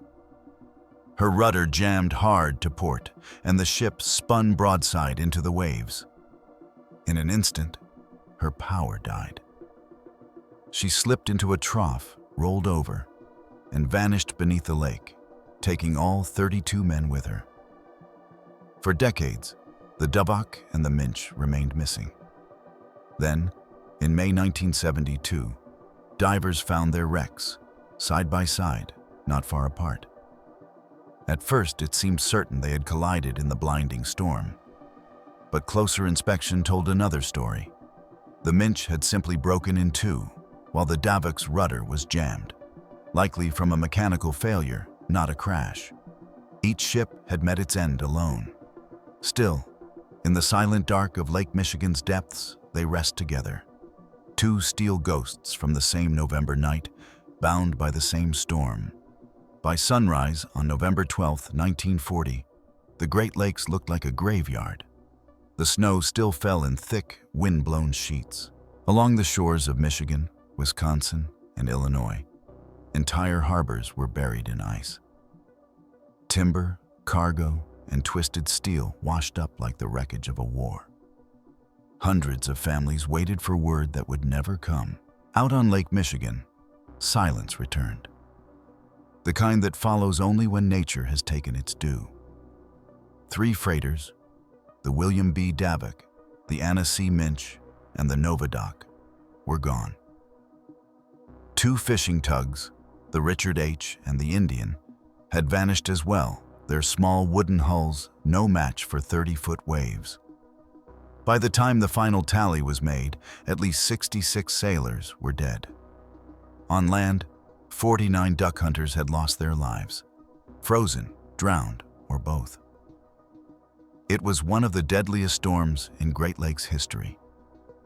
What made it so terrifying was not just its power, but its timing. November 11th was supposed to be a day of peace. Armistice Day. The war to end all wars had been over for 22 years, and America was still 2 years away from joining the next one. Yet in one night, the Great Lakes reminded everyone that even in peacetime, nature could wage its own kind of war. When rescuers finally reached the Novadoc, they found her survivors huddled in the pilot house, burning furniture for warmth. They'd endured 36 hours of freezing wind, deafening waves, and hopeless waiting. Captain Clyde Kloss and his two-man crew of the Three Brothers had done what the Coast Guard could not. They pulled 17 men from a ship shattered in half, just a few hundred feet from shore. It was one of the most daring rescues in Great Lakes history. But for the families of the Minch and the Davak, there would be no such miracle. The lake gave nothing back. Only decades later, when divers located their remains, did anyone truly know where they lay. The Armistice Day storm was a turning point. For meteorologists, it became a case study in how two converging systems, one from the Pacific, one from the Gulf, could combine into a bomb cyclone powerful enough to cripple half a continent. For mariners, it was a brutal lesson in overconfidence. Many captains had ignored the warnings. They trusted their instincts and barometers more than newfangled forecasts. And it cost them everything. In the years that followed, weather prediction on the Great Lakes changed forever. The U.S. Weather Bureau expanded its stations, radios became mandatory, and captains learned to treat every November sky with suspicion. Still, for those who remember, that week in 1940 remains one of the cruelest ever recorded. It began with sunlight reflecting off calm water. 1,000 shades of red and gold, as one man described it. And it ended in darkness, with ships split in half, their crews frozen in time beneath the ice-cold surface of Lake Michigan. Even now, on quiet winter days, divers who visit the wrecks say the water feels strange there. Heavier somehow, as if the lake still remembers. The Anna C. Minch lies broken near Pentwater, her nameplate half buried in the sand. The William B. Davak rests not far away, her rudder still jammed hard to port. And the Novadoc, once proud and upright, is scattered in fragments along the shore. Reclaimed by the waves, she could not survive. Each November, the wind rises again, and the temperature drops fast, just like it did that day. And if you listen closely along the Michigan coast, you might almost hear it. The faint echo of a ship's whistle, calling for help through the snow. In the Armistice Day storm of 1940, Captain Donald Kennedy of the Anna C. Minch fought the wind until his ship split in half. He did everything a captain was supposed to do. But sometimes, on the Great Lakes, doing everything right still isn't enough to survive. It reminds me of another story, one from a storm we've told many times, yet never truly finished. The storm of 1913. A young sailor who did the unthinkable. He defied his captain's orders and saved the entire crew. This is his story. The wheelsman who disobeyed death. Perhaps no one needs a reminder of what the White Hurricane of 1913 could do. We all know how devastating it was. A storm that tore through Superior, Michigan, and Huron like a living force of nature, leaving twisted steel and silence in its wake. It wasn't a storm that you survived by skill alone. It was one that decided, almost arbitrarily, who would live and who would vanish. That November, the lakes were at their most treacherous, not because of the cold or the wind alone, but because of how long it all lasted. For 16 straight hours, Lake Huron howled like an open wound. Gusts ripped over 90 miles an hour, and waves built higher than 35 feet, crashing in sets of 3, relentless, rhythmic, and merciless. Within 4 hours, 8 steel freighters had vanished into the deep. Not a single man on board survived to tell the story, but a handful did live, their ships crippled, their hulls torn, but somehow still above water. Some were pushed ashore by the storm itself. One even intentionally ran aground, a desperate act that defied every rule of seamanship. And yet, it worked. Those are the stories that remain. fragments of human instinct in the face of nature's absolute chaos. By the early 1900s, the Great Lakes had become an inland ocean of commerce. Industry was booming. Ships grew larger, bolder, and steel replaced timber. Every port, from Duluth to Buffalo, was alive with the rumble of engines and the clang of iron ore sliding into massive holds. The shipping routes were the arteries of a new industrial America, carrying coal, grain, taconite, limestone, salt, cement, and gypsum, the raw ingredients of cities. But the Great Lakes freighters were unlike anything found at sea. They were built not for beauty, but for efficiency. Massive, box-like hulls with long, open cargo holds and just two small islands of superstructure. One forward for navigation and one aft for the engines and crew's quarters. This design, first pioneered by the R.J. Hackett in 1869, was revolutionary for its time. It allowed cargo to be poured in and unloaded rapidly through gravity chutes, a process that could fill a hold in hours rather than days. The Hackett's 208-foot wooden frame was clumsy compared to the giants that would follow. But its shape defined the next century of Great Lakes shipbuilding. From that moment on, the rule was simple. Length meant profit. Every year, ships stretched longer and longer to carry more freight in fewer trips. By 1900, the John W. Gates held the title Queen of the Lakes at 497 feet. Just 11 years later, the crown passed to the Colonel James M. Schoonmaker, a steel leviathan stretching 617 feet from bow to stern. They were built for power and endurance, but not enough of it. In their rush to outsize one another, ship owners often sacrificed horsepower for economy. A typical freighter on the lakes in 1913 relied on a single triple expansion steam engine producing between 1,000 and 1,600 horsepower, barely enough to move such massive hulls through a calm lake, let alone to fight a storm.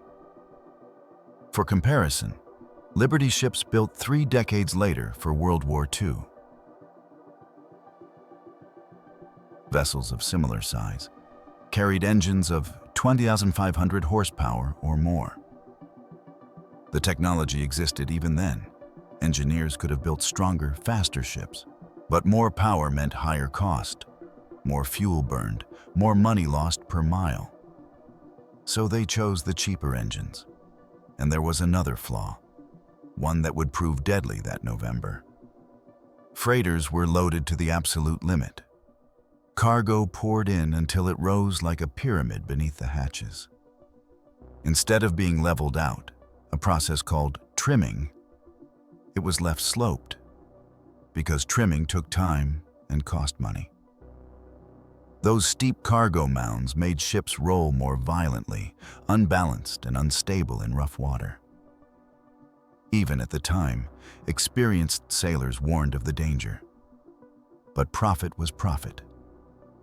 So by 1913, the Great Lakes were full of massive, underpowered freighters, top-heavy with untrimmed loads, captained by men who trusted their ships, but knew, deep down, how fragile they really were. And when the white hurricane came, that trust was shattered. By the afternoon of Sunday, November 9th, captains on Lake Huron were already fighting to keep control. The storm that had raged over Superior and Michigan for 2 days was supposed to be dying out. It looked like another ordinary November gale, what sailors called a 3-day blow. But as the wind shifted south, the pressure plummeted, and the snow thickened into a blinding white wall. Most of the upbound freighters, those heading north, began to reverse course, trying to make it back to the safety of the St. Clair River. On the bridge of one of them, the H.B. Hawgood, stood Captain A.C. May, watching the barometer fall and the waves rise higher than anything he'd ever seen. He had read the storm warnings, like everyone else, but he believed, as most did, that his steel freighter could take it. It wasn't the first November gale, and it wouldn't be the last. But by the time the Hawgood reached Saginaw Bay, the wind had turned savage, and May realized his mistake. The waves slammed broadside into the hull, throwing the 434-foot ship into rolls so violent that May had to crawl on all fours across the pilot house just to stay upright. Standing beside him at the wheel was 18-year-old Edward Cannaby, a wheelsman barely old enough to shave. It was the worst storm he'd ever seen, and it was only beginning. The HB Hawgood pressed south through the white blur, her steel hull shuddering under the relentless pounding of Lake Huron. The wind screamed at over 60 miles an hour, and snow whipped sideways, erasing the horizon. Every swell that rose beneath her bow was taller, heavier, angrier. It wasn't just weather anymore. It was war. Inside the pilot house, Captain A.C. May gripped the brass rail, his boots slipping on the icy deck plates as he watched the compass needle jitter like it had gone mad. His freighter, 434 feet of steel, felt weightless, light on cargo, and rolling violently from side to side. Waves smashed against the hull, sending green water over the bow and slamming into the windows so hard the glass groaned. At the wheel stood 18-year-old wheelsman Edward Cannaby. His face was raw from the freezing spray, his knuckles white from holding the wheel steady. Each lurch of the ship threatened to throw him across the bridge. The sound of the wind was deafening, a constant, physical force that pressed against every wall and made the ship hum like a living thing in pain. The Hawgood wasn't alone. Through the haze, Captain May caught fleeting glimpses of other freighters struggling through the same chaos. The Charles S. Price, and not far behind, the smaller Regina. They were still heading north, toward the open lake and toward certain doom. May could do nothing but pray they'd realize in time. As night fell, the storm took a darker turn. The sky vanished entirely, replaced by a blinding whiteout that swallowed even the faintest light. Every few seconds, lightning flickered somewhere inside the storm.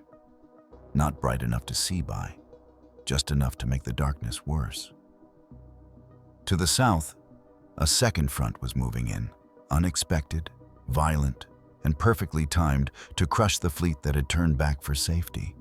The upbound ships that had reversed course now found themselves sailing directly into the most violent heart of the storm.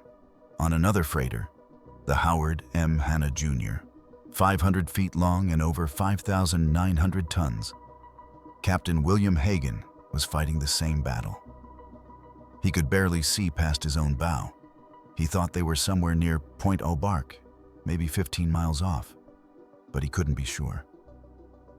There were no landmarks anymore, only noise and motion. Then it hit. A gust, 70 miles an hour, caught the Hanna broadside and shoved her into the trough between two towering waves. Both walls of water collapsed over her at once. Her propeller rose clear out of the lake, spinning uselessly in air before crashing back down again. The entire ship pitched and rolled so violently that crewmen below deck were thrown from their bunks. For hours, Hagan fought to keep the vessel upright. Then, through the frozen windows of his pilot house, he saw a flash, a pale, steady beam in the chaos. It was the Port Austin lighthouse, only a few hundred yards from the ship's port bow. He realized in that instant that they were seconds away from disaster. "Drop both anchors!" he shouted. The heavy iron chains thundered into the deep, but the lake didn't care. The waves kept pushing, the wind howled like something alive, and moments later, the Hanna slammed broadside into a reef. Her port side crumpled into the rocks as the seas tore over her. When the impact came, it was like a train collision. Metal screamed. The ship twisted and groaned. The crew scrambled for safety as water rushed in through shattered portholes. Within minutes, she was grounded less than 500 feet from the lighthouse. Her hull cracked at the 17th hatch, flooding fast. The men were trapped, half on the bow, half on the stern, cut off by the storm and unable to reach each other.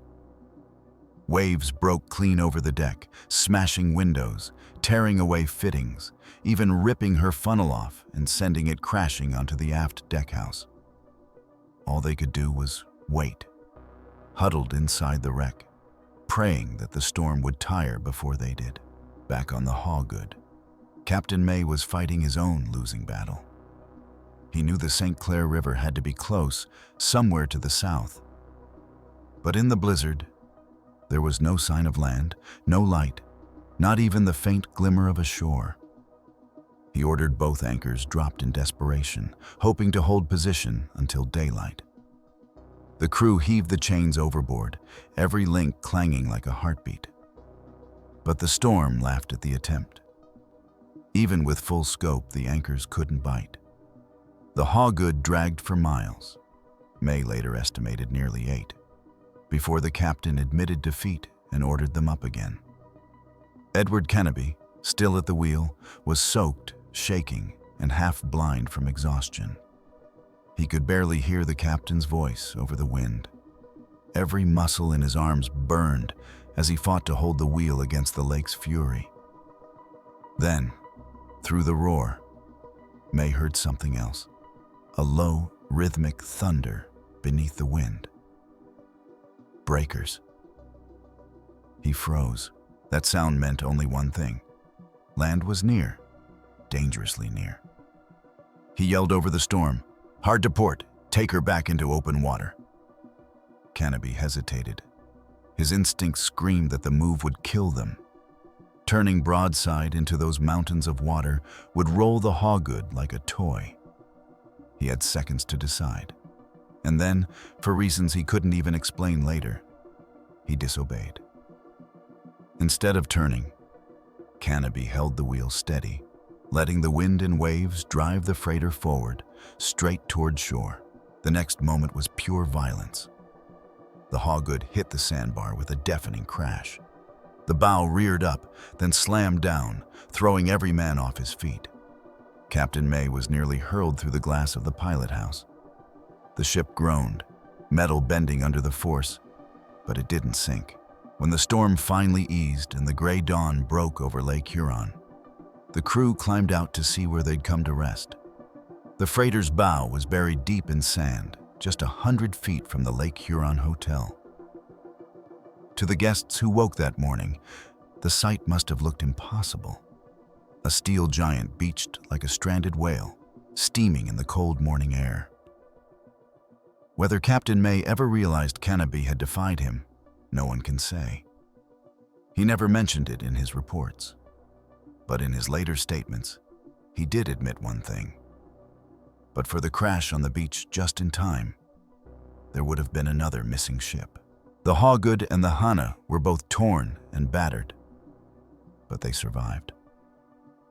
Their crews, soaked, frozen, and sleepless, would spend the rest of their lives remembering that night. For some, it was luck.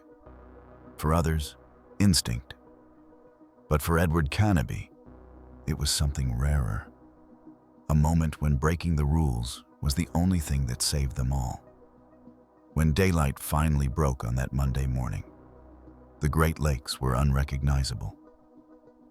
What had been an invisible battlefield through the night now stretched out in grim stillness. A gray expanse littered with wreckage, ice, and the distant shapes of broken ships. The HB Hawgood sat upright in the sand like a steel monument to survival. Her bow was buried, her decks coated in frozen spray that glistened in the first light. The storm had ripped away parts of her railing, twisted her ventilators, and cracked some of her hull plates. But she still stood.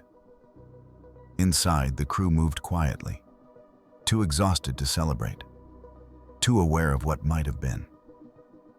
Less than a mile down the coast, the Howard M. Hanna Jr. was visible from the lighthouse keeper's windows. Grounded hard against the reef, her hull split, her smoke funnel torn off like a toy. Men could be seen moving inside her battered structure, waving from the broken bridge, signaling that they were alive. Not everyone was so lucky. Across the lake, the freighters, Charles S. Price, Regina, and Isaac M. Scott, the very ships May and Canopy had seen struggling north, were gone. All three went down with their entire crews before the storm ended. The Price was found days later, floating upside down on Lake Huron like a steel whale. Its hull was so intact that rescuers initially believed it might still have air trapped inside. When they turned her over, they found no survivors. The Regina's wreck was discovered not far away, her cargo of general goods and packages scattered across the lake bed. Many of the crew were later recovered, frozen in their life jackets. Grim testimony to how cold the water had been that night. Historians would later estimate that 12 major freighters went down during the White Hurricane, and at least 273 sailors lost their lives.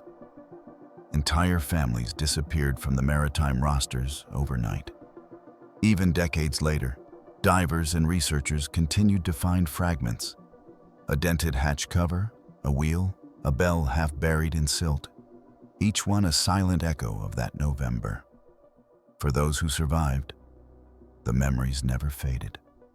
Captain A.C. May would go on to serve again, his name forever tied to the ship that should have been lost but wasn't.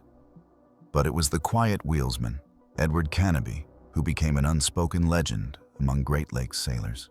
He didn't boast about what he'd done. He didn't have to. Word spread slowly, passed from one wheelhouse to another, from docks to taverns along the shore, about the young man who had defied his captain's order in the heart of the storm, and in doing so, saved them all. No one punished him. No one dared. Every sailor who heard the story knew, in a storm like that, instinct sometimes speaks louder than command. When the Hawgood was finally repaired and returned to service, the scars of that night remained visible. Dents in her hull, rivets replaced along her bow, the faint line where she had split the sand. But the ship sailed on. So did the Hannah Jr.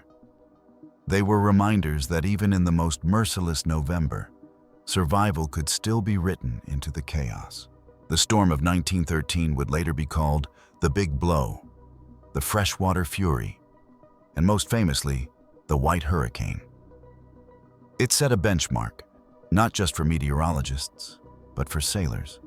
Every November gale that followed would be compared to it, measured against its violence, its endurance, and its cost. And for men like Captain May and Canopy, it was a lifetime's shadow. Each time they returned to the lakes, they sailed with the ghosts of that night, unseen, but always close. Because after you've looked straight into the face of a storm that can erase ships from existence, you never truly sail the same way again. You check the barometer twice, you trust your gut. And sometimes, when the captain gives an order, you remember that one moment in 1913 when disobedience was the only reason anyone lived to tell the tale. The next story takes us 6 years before the White Hurricane, to a storm that should have been harmless, and a ship that should have never gone down. The mystery of the SS Cyprus, lost on Lake Superior. On Friday, October 11th, 1907, the bulk freighter George Stephenson was towing a barge downbound for the Soo Canal through a gray, restless Lake Superior. The wind had picked up, the waves were running high, but nothing an experienced crew couldn't handle. Around noon, roughly 18 miles off Deer Park, Michigan, the men sighted another freighter pushing hard through the storm. She was brand new. The SS Cyprus, a 420-foot steel giant launched only 2 months earlier, now on her second voyage. She should have been unshakable in weather like this. Yet as she overtook the Stephenson, slicing through the waves at nearly double their speed, Captain Harbottle noticed something that sent a chill through him. The water trailing behind the Cyprus was stained red. A blood-colored wake stretched behind her hull, stark against the gray of the lake. By nightfall, her lights still flickered faintly ahead, a steady glow that gave the Stevenson's crew a sense of company in the storm. But just before around 8 p.m., long before she should have cleared the horizon, those lights vanished. The Cyprus was gone. No explosion, no signal, just darkness. And the mystery that followed would haunt Lake Superior for more than a century. The Cyprus, hull number 353, had been built earlier that year by the American Shipbuilding Company in Lorain, Ohio, one of 8 nearly identical steel freighters commissioned for the new Lackawanna Steamship Company. It was the tail end of the Gilded Age of Great Lakes shipping, and the panic of 1907 had just rocked the American economy. Labor strikes swept the shipyards, and managers rushed to meet contracts with untested replacements. The Lackawanna Steamship Company's investors were impatient. They wanted profit, not delay. So the Cyprus was finished fast. She wasn't the largest freighter on the lakes, but she was solid and well-equipped. 420 feet long, 52 feet across, capable of carrying 7,500 tons of ore. Her twin coal-fired Scotch boilers powered a 1,500 horsepower triple-expansion steam engine, decent power for the time, though far from overbuilt. She was launched on August 17, 1907, christened by Hazel Arnold of Marine City, the daughter of a Pickens Mather executive, whose company held a controlling share in Lackawanna. A new ship for a new century. When she slid down the ways that summer morning, polished and gleaming, the future of Great Lakes shipping seemed unstoppable. At 48, Captain Frank Brainerd Huck was a man who had earned his command the hard way. He'd spent 28 years on the lakes, 8 as master, and knew Superior like a second home. In 1903, he'd commanded the passenger freight steamer Chemung for the Union Steamship Company when a massive strike swept the sailors' unions. Huick joined the movement, and for that, he was blacklisted. For years, no shipping firm would hire him. Then, in 1906, an old friend, Captain William Reed, offered him a first mate's berth aboard the Amasa Stone, owned by Pickens Mather's network of carriers. Reed eventually vouched for him, and by the following spring, Huick's loyalty was rewarded. He would command their newest steel freighter, the SS Cyprus. When word reached him, Huick was elated. He told a friend he finally had a good ship and a first-class company to work for. Among his 22-member crew was 17-year-old Nathan Lee Spencer, the son of Port Colborne's postmaster. Nathan had once studied business, even prepared for the civil service exam. But he craved machinery, the pulse of engines. In the summer of 1907, he applied for work as an oiler and landed a job as fireman aboard the Cyprus. He was thrilled, fascinated by her new Scotch boilers and eager to prove himself.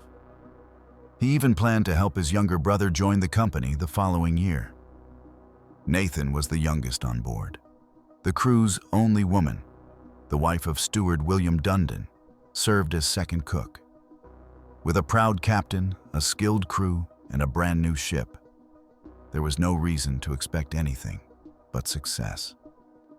At 9 a.m.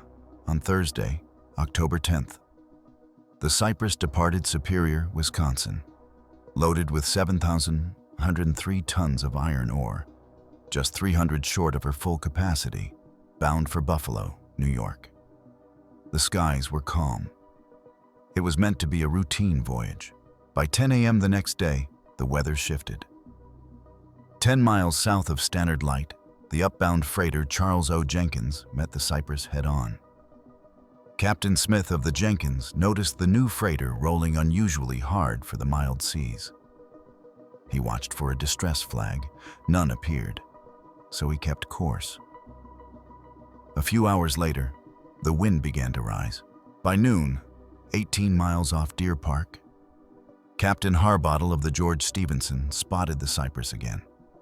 He was towing a barge with one boiler disabled, yet still managing the seas.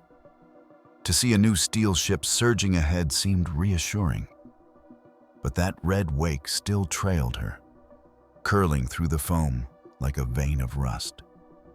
By evening, second mate Charles Pitts had come off his watch to rest. When he awoke, the freighter was rolling violently in a full gale, her deck listing slightly to port. He went to check the holds. Water was seeping in, and some of the iron ore had shifted. Above deck, waves slammed across the hatches, each strike heavier than the last. By 6:45 p.m., the list had grown worse. The ship was laboring now, slow to right herself. Captain Huck ordered all forward crew to move aft, put on life jackets, and ready the lifeboats. But he stopped short of giving the command to abandon ship. He stayed in the pilot house with his first mate, John C. Smith, Wheelsman George Thorne, and Charles Pitts. The rest of the crew worked in the engine room, maintaining steam, or waited aft in tense silence. For the next half hour, the captain wrestled with an impossible choice: fight on and risk capsizing, or send his men into the open lake in small boats with miles still to shore. Then, the lake decided for him. At 7:30, the Cyprus's port plank sheer, the edge where her deck met the hull, slipped beneath the surface. She took a 20-degree list. 5 minutes later came the call from the engine room. They'd lost steam. The boilers were dead. Captain Huck turned to his men and said quietly, "It's all off now." At 7:45 p.m., as they rushed to cut free a forward raft, the Cyprus rolled hard to port and capsized. The men were thrown into the black water. All four, Huck, Smith, Thorne, and Pitts, resurfaced and clawed onto the raft. Behind them, the Cyprus was gone. They could still hear shouting somewhere in the dark. The aft crew, maybe, but the wind swallowed every sound. For hours, the survivors paddled blindly toward shore. The raft flipped again and again, each time they dragged themselves back on. They covered 18 miles that night, through freezing spray and sleet. By 2 a.m., a dim outline of land appeared. Then, another breaking wave slammed into them, tossing all four into the lake. When Charles Pitts surfaced, the raft was empty. He fought the current, reached it, and clung there alone. 300 feet from the beach, his boots brushed sand. He crawled onto the shore, too cold to stand, and collapsed. Half a mile away, Surfman number 7, Ralph Ocha of the Deer Park Life-Saving Station, was patrolling the coast when his lantern caught a shape in the sand. A young man, half frozen, barely breathing. The only word Pitts could whisper was, "Cyprus." He thought he was dying and wanted them to know what ship he came from. Charles Pitts had survived 6 hours adrift in a raft that capsized again and again in the icy black water. By the time rescuers carried him to the Deer Park Life-Saving Station, his lips were blue, his hands stiff as iron. He could barely speak, but he'd lived. The lone survivor out of 23 souls. The next morning, patrolmen searched the shoreline. The bodies of Captain Huck, First Mate Smith, and Wheelsman Thorne were found not far from where Pitts had washed ashore, all within a few hundred feet of safety. Among the others was 17-year-old Nathan Lee Spencer, the youngest of the crew, and one of the most eager to serve. He'd likely been in the engine room until the very end, helping maintain steam for a ship that could no longer stay afloat. His body, like nearly all the others, was later recovered along the shoreline. In total, 22 lives were lost. When Pitts regained his strength, he began to tell his story. But as the tale spread up and down the Great Lakes, one question burned through every shipping office, dock, and tavern, from Duluth to Buffalo. What could have possibly brought down a brand new steel freighter in such a modest storm? Some whispered it had to be a mechanical failure, maybe a broken rudder or an engine jam that left her broadside to the waves. Others blamed poor workmanship, the result of the rushed labor and strikes that plagued her construction. Untrained hands, they said, had built her seams wrong, but no proof ever surfaced. Her 7 sister ships, built from the same plans by the same company at the same yard, all went on to long, uneventful careers. So attention turned to the one thing that everyone who saw the Cyprus that day remembered: the blood-red wake. Captain Harbottle of the George Stephenson had described it in vivid detail. The red hue, he said, stretched for yards behind her stern, a mix of iron ore and water leaking from her hatches, churned by the waves. That could only mean one thing. Water had been washing across the deck and seeping through the hatch seams, flooding her cargo holds. Each ton of water would shift the ore slightly, just enough to throw the ship off balance. As the list grew worse, every new wave pushed her further over, until the ship's stability failed completely. The idea fit what Pitts himself had reported. The deck was repeatedly submerged under waves. Some of the ore had shifted. He'd seen water in the hold, and in his official statement, he confirmed something that shocked investigators. No tarpaulins were used to cover the hatches. It sounded impossible. By 1907, every Great Lakes captain knew the rule. When a storm hit, you battened down the hatches. That meant stretching heavy canvas tarps across each hatch and sealing them tight under their iron clamps. Without them, waves could, and often did, pour directly into the ship. Captain Huck, with 28 years of experience, would never have ignored such a step, unless he believed he didn't have to. That belief, it turned out, may have come from a fatal innovation. The Cyprus was among the first freighters fitted with a new kind of telescoping hatch cover, patented just 3 years earlier by inventor Harry Brousseau. The design was supposed to eliminate the need for tarps, metal plates that slid and locked into place, creating what was thought to be a watertight seal. Shipbuilders hailed it as progress, but Lake Superior is where progress goes to be tested and sometimes destroyed.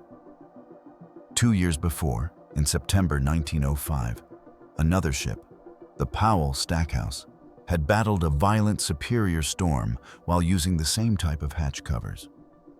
Captain Millen later reported that the hatches sprang under the pounding waves, letting massive amounts of water into the holds. The ship barely survived, limping into Marine City, Michigan, where Millen ordered her load lightened immediately. A year later, in 1906, yet another freighter, the B.F. Jones, was caught in a November gale. Waves ripped several hatch leaves clean off, and water poured in by the ton. They too managed to survive, but only just. Afterward, the captain filed a report stating the telescoping hatches were unmanageable in heavy seas. The lesson should have been clear, but the excitement of new technology and the pressure to save time and cost meant not everyone listened. The company quietly began reissuing canvas tarps to their fleet, just in case. On the Cyprus's maiden leg, Captain Huck's wife, Helen, and their 2 sons, 16-year-old Ansel and 12-year-old Franklin, had joined him aboard the new ship. They left before the final voyage to visit family in St. Paul, Minnesota. Later, Franklin recalled overhearing a conversation between his father and first mate John Smith as they inspected the hatches. The captain had sounded frustrated. He'd said something Franklin never forgot: "I'll never make another trip without tarps." They never learned whether those words were about safety or prophecy. For almost a century, the fate of the Cyprus remained an unsolved riddle at the bottom of Lake Superior. Her location was unknown, her final moments obscured by time. Most assumed she lay far offshore, broken and scattered. Then, in August 2007, a team from the Great Lakes Shipwreck Historical Society was scanning the lake bed near Deer Park, just a few miles from where Pitts had crawled ashore, when their sonar caught something long and unmistakably straight: a steel freighter. They thought at first it must be the DM Clemson, another ship lost in that same region in 1908. Measurements seemed to fit, but when they sent down an ROV a week later, the camera caught a name welded across the stern in corroded iron letters, CYPRUS. The discovery stunned historians. The wreck lay 460 feet deep, astonishingly intact. The hatches, those very same telescoping covers, were still in place. And that's where the truth began to reveal itself. The expedition confirmed that the Cyprus was equipped with Brousseau's early hatch design, the same that had sprung under pressure on the Powell Stackhouse and the B.F. Jones. The metal panels were strong, but they flexed. In calm seas, they worked fine. Under a pounding gale, they lifted just enough to let in water, and enough water in a loaded ore carrier is fatal. In the end, it wasn't the fury of Lake Superior that doomed the Cyprus. It was confidence. Confidence in new steel. Confidence in design. Confidence that a lake that looked calm that morning would stay that way. The Cyprus didn't die because of one man's mistake. She died because a small invisible flaw was trusted too much. And that single oversight, the decision to sail without canvas tarps, turned progress into tragedy. More than 100 years later, her story still sits quietly in the depths near Deer Park. A ghost of modern ambition undone by nature's old patience. The story of the SS Cyprus is not about the storm that took her, but the silence that followed. The long decades when her loss was forgotten, until the lake itself revealed the truth. One overlooked precaution, 22 lives, and a warning written in red across the water. The Cyprus went down in minutes, swallowed whole by Lake Superior. But 11 years later, another ship would endure 36 hours of false hope, and then vanish just as completely. The last decision of Captain Locke, the unsurvivable night of the SS Princess Sophia. In the history of the Pacific Northwest, few maritime stories carry the same haunting silence as the sinking of the SS Princess Sophia. It wasn't a storm that made this tragedy unforgettable. It was the long, cold wait before the end. 14 years before the disaster, another captain had faced a different kind of test. In 1904, the SS Clallam began taking on water during a storm in the Strait of Juan de Fuca. Captain George Roberts panicked. He ordered a hasty evacuation, lowering 3 lifeboats into the violent sea. Within minutes, the waves capsized all 3, tossing everyone into the freezing water. Every woman and child aboard those lifeboats perished. Ironically, the Clallam herself stayed afloat for hours longer. Long enough for most of those still aboard, including Captain Roberts, to be rescued. The Clallam disaster became a grim lesson for mariners of the West Coast, that sometimes abandoning ship too soon can be deadlier than the storm itself. 14 years later, another captain would make the opposite choice and pay an even higher price. In the late 1800s, Canada's West Coast was still being connected, not by roads or rails, but by ships. The Canadian Pacific Railway had already conquered the mountains with its steel tracks, and in 1891, it turned its ambition toward the sea. It began building a fleet of Pacific steamships to connect Vancouver with Asia and Australia. The company soon extended its empire north along the rugged Alaskan coastline, establishing what would become one of the most ambitious regional passenger routes in the world, the Inside Passage. The route was breathtaking, but deadly. The channels twisted through narrow fjords and around hidden reefs where fog could roll in without warning. Even experienced navigators called it a maze of moving shadows. Within only a few years, the company lost one of its first liners, the SS Islander, when she struck an iceberg near Douglas Island and sank within 20 minutes, killing more than 40 people. The message was clear. This coast did not forgive mistakes. To survive here, the company knew it needed ships stronger than the weather itself. In 1907, as competition between shipping lines grew fierce, Canadian Pacific began modernizing its fleet. Among 9 new vessels commissioned over the next few years was a ship that would soon become both the pride and heartbreak of the line. The SS Princess Sophia.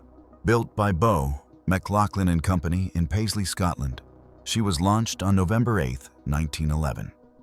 At 2,220 tons, the Princess Sophia wasn't massive by ocean liner standards, but she was built for the unpredictable moods of the Pacific Northwest.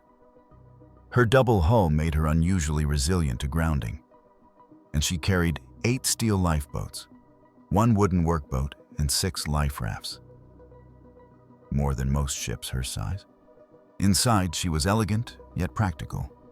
A forward observation lounge, a social hall, and a 112-seat dining saloon with broad glass windows that overlooked the passing coastlines.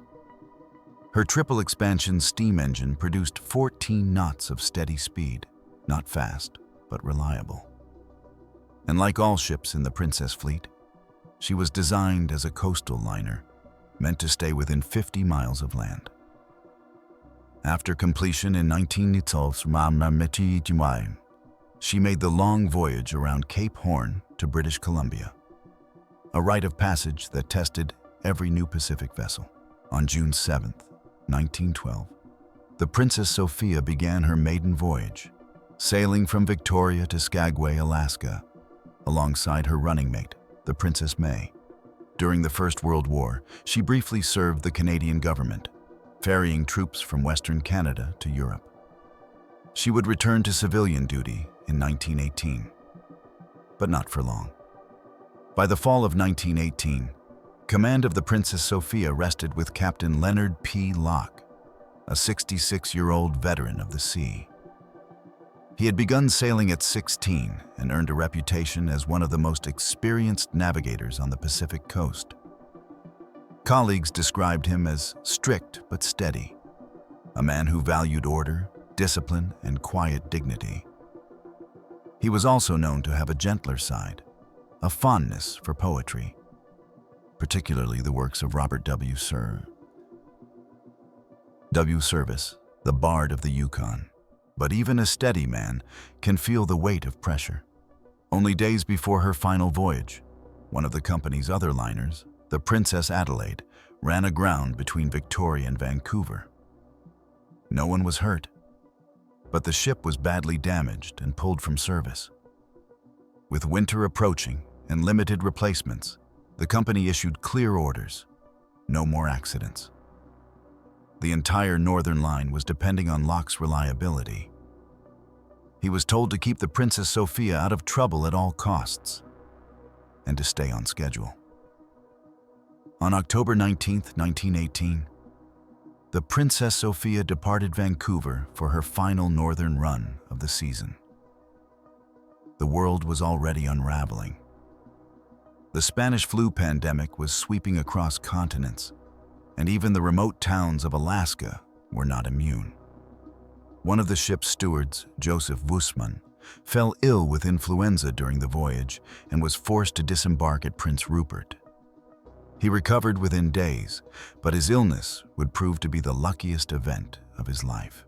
When the Princess Sophia reached Skagway on the afternoon of October 23rd, winter had already begun to settle in. Ice was forming in the harbors, and this would be one of the last southbound voyages before the season's end.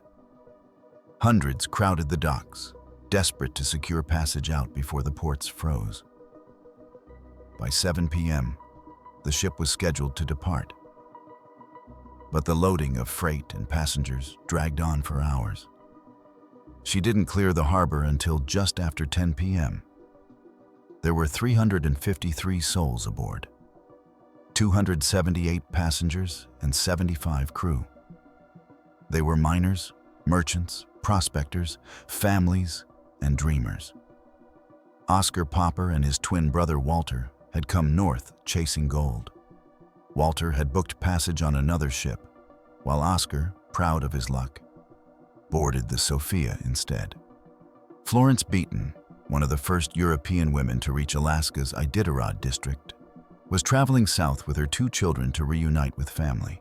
Lulu Mae Johnson, a Dawson City dance hall performer turned hotel owner, was heading south with her husband to start a new business after selling their hotel. For many, this voyage wasn't just a return home. It was an escape from a frontier whose promise had faded. By 1918, Skagway was a shell of its former self. During the gold rush, its streets had swarmed with thousands of hopefuls. Now, only about 500 residents remained. As the Princess Sophia prepared to depart, almost everyone in town gathered along the wharf to wave goodbye. It was a ritual, a final thread connecting them to the outside world before the long, silent winter. As she pulled away, her deck lights glowed against the dark water, and her whistle echoed off the mountains. Few on shore could have imagined it would be the last time they'd ever see her. The Princess Sophia steamed south through the Lynn Canal, one of the deepest and narrowest fjords in the world. The winds funneled violently through the channel, and by midnight, the snow began to fall. Visibility dropped fast. Captain Locke, determined to stay on schedule, relied on dead reckoning, a common navigation method of the time. It used a towed log to estimate distance traveled, combined with compass bearings to calculate position. But in storm conditions, even the smallest error could drift a ship miles off course. As snow thickened into blinding white, the Sophia pressed forward at nearly full speed. She was supposed to stay within the east side of the channel, where the water was deep and safe. But as the current pulled and the wind screamed across the bow, the ship began to veer west, just 1.25 miles, but enough to place her directly on course for Vanderbilt Reef. At 2:10 a.m., the lookout barely had time to shout before the sound of tearing metal ripped through the night. The Princess Sophia slammed into the reef with crushing force. Passengers were thrown from their bunks. Dishes shattered. Steam hissed from her pipes.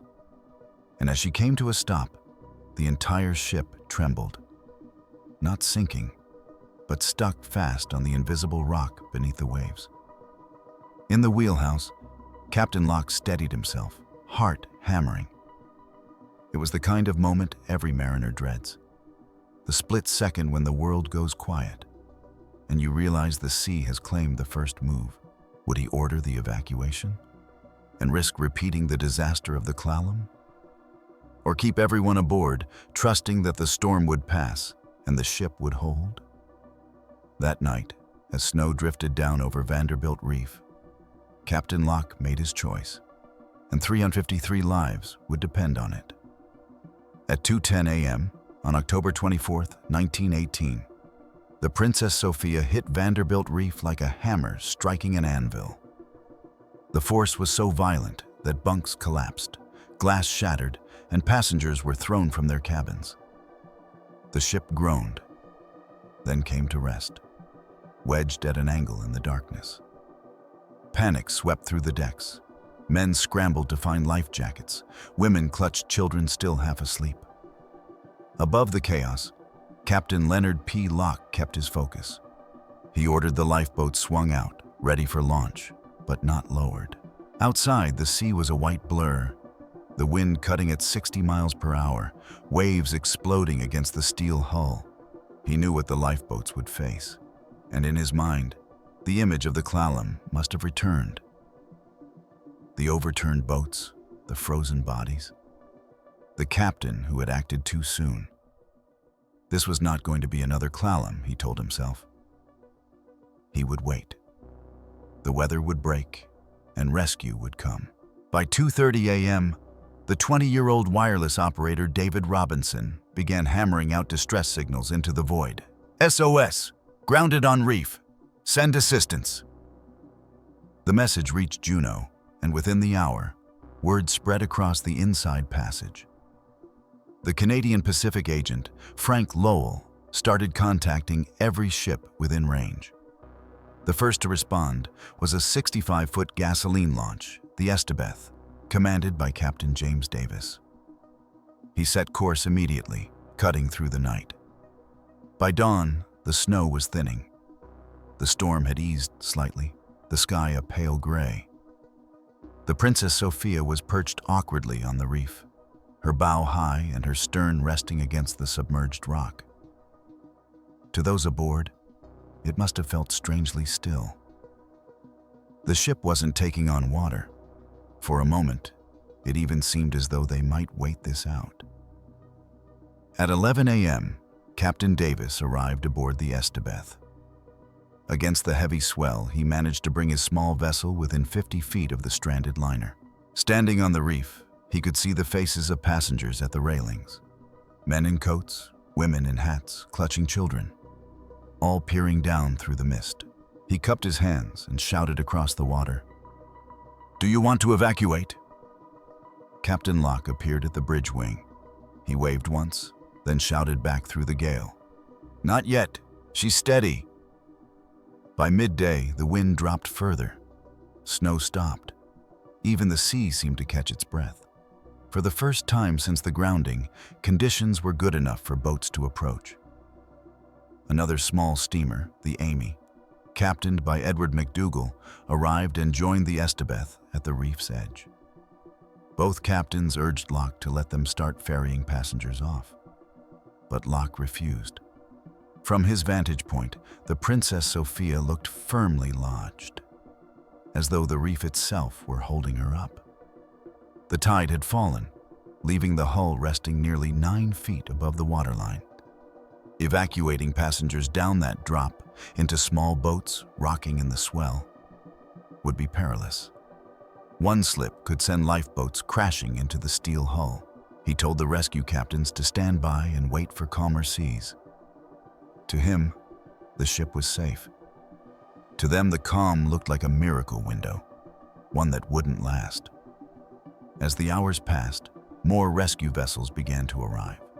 Fishing schooners, tugs, and the lighthouse tender Cedar, one of the most powerful all-weather ships in the region. But the Cedar, commanded by Captain John W. Ledbetter, wouldn't learn of the grounding until mid-afternoon, delayed by communication breakdowns. The timing was catastrophic.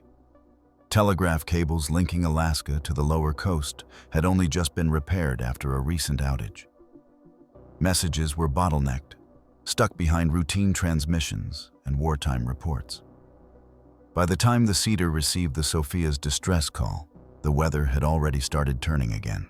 At 3 p.m., Captain Ledbetter sent a wireless message. "Standing by to assist. Can you evacuate at night?" Locke replied quickly. "Impossible to get passengers off tonight. Sea running too strong. May get off tomorrow. Strong tide." By evening, the brief calm had vanished. The wind returned from the southeast, stronger than before.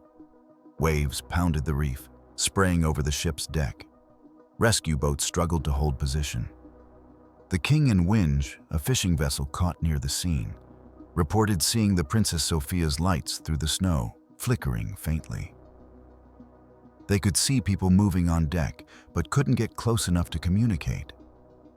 They had no radio set. At 8 p.m., the Cedar arrived. By then, it was too late. The snow was thick again, blizzard-like, the sea surging with ice-cold fury. The ship's searchlights barely reached the reef. Any attempt to launch lifeboats would have meant certain death. From the Cedar's bridge, Ledbetter could see the liner's silhouette faintly against the storm. Her bow angled upward, her funnels glowing orange from the boiler heat. Then, one by one, her lights began to flicker out. The smaller vessels nearby, the Amy, Estebeth, and King and Winge, retreated to safer harbors to wait out the night. And the Princess Sophia, now dark and silent, was left alone on the reef. At 8:30 p.m., one of her main steam pipes ruptured. Heat and power failed instantly. The great saloon went black. Passengers who had clung to hope now shivered in darkness, the cold cutting through steel and wool alike. Somewhere inside, Families huddled in cabins, wrapped in blankets, listening to the wind and the eerie groaning of the hull against the rocks. Outside, snow swirled across the decks, freezing into sheets of ice. To the rescue ships anchored miles away, it looked as though the Sophia had finally gone under, but she hadn't. She held through the night, her steel hull scraping against the stone as if refusing to die. No one aboard could know how close they were to rescue. Had Captain Locke agreed to evacuate that morning, when the tide was low and the seas manageable, hundreds might have survived. Instead, the calm had been wasted, and the night was merciless. At 11 a.m., after nearly 30 hours trapped on the reef, power returned. The boilers reignited. Light and warmth flooded back into the ship. Hope rose again. Wireless operator David Robinson immediately contacted the Cedar, updating their situation. Outside, however, the storm had not relented. Winds were fierce, the waves breaking hard against the reef. Locke remained steadfast. He had seen worse seas, and his barometer was rising, a sign the weather might soon clear. He told Ledbetter, through the radio, to stand by until conditions improved. Ledbetter, meanwhile, was devising an alternate plan. If the weather wouldn't allow lifeboats, perhaps they could use a breeches buoy, a rescue line shot from one ship to another using rockets, allowing people to slide across suspended in a harness. It was a desperate, nearly impossible idea. The distance was too great, the seas too violent. After 2 failed anchor attempts, the Cedar drifted helplessly. Locke radioed again. No use. Must wait for better weather. It would be his last calm transmission. At 2 p.m., the Sophia's power failed again.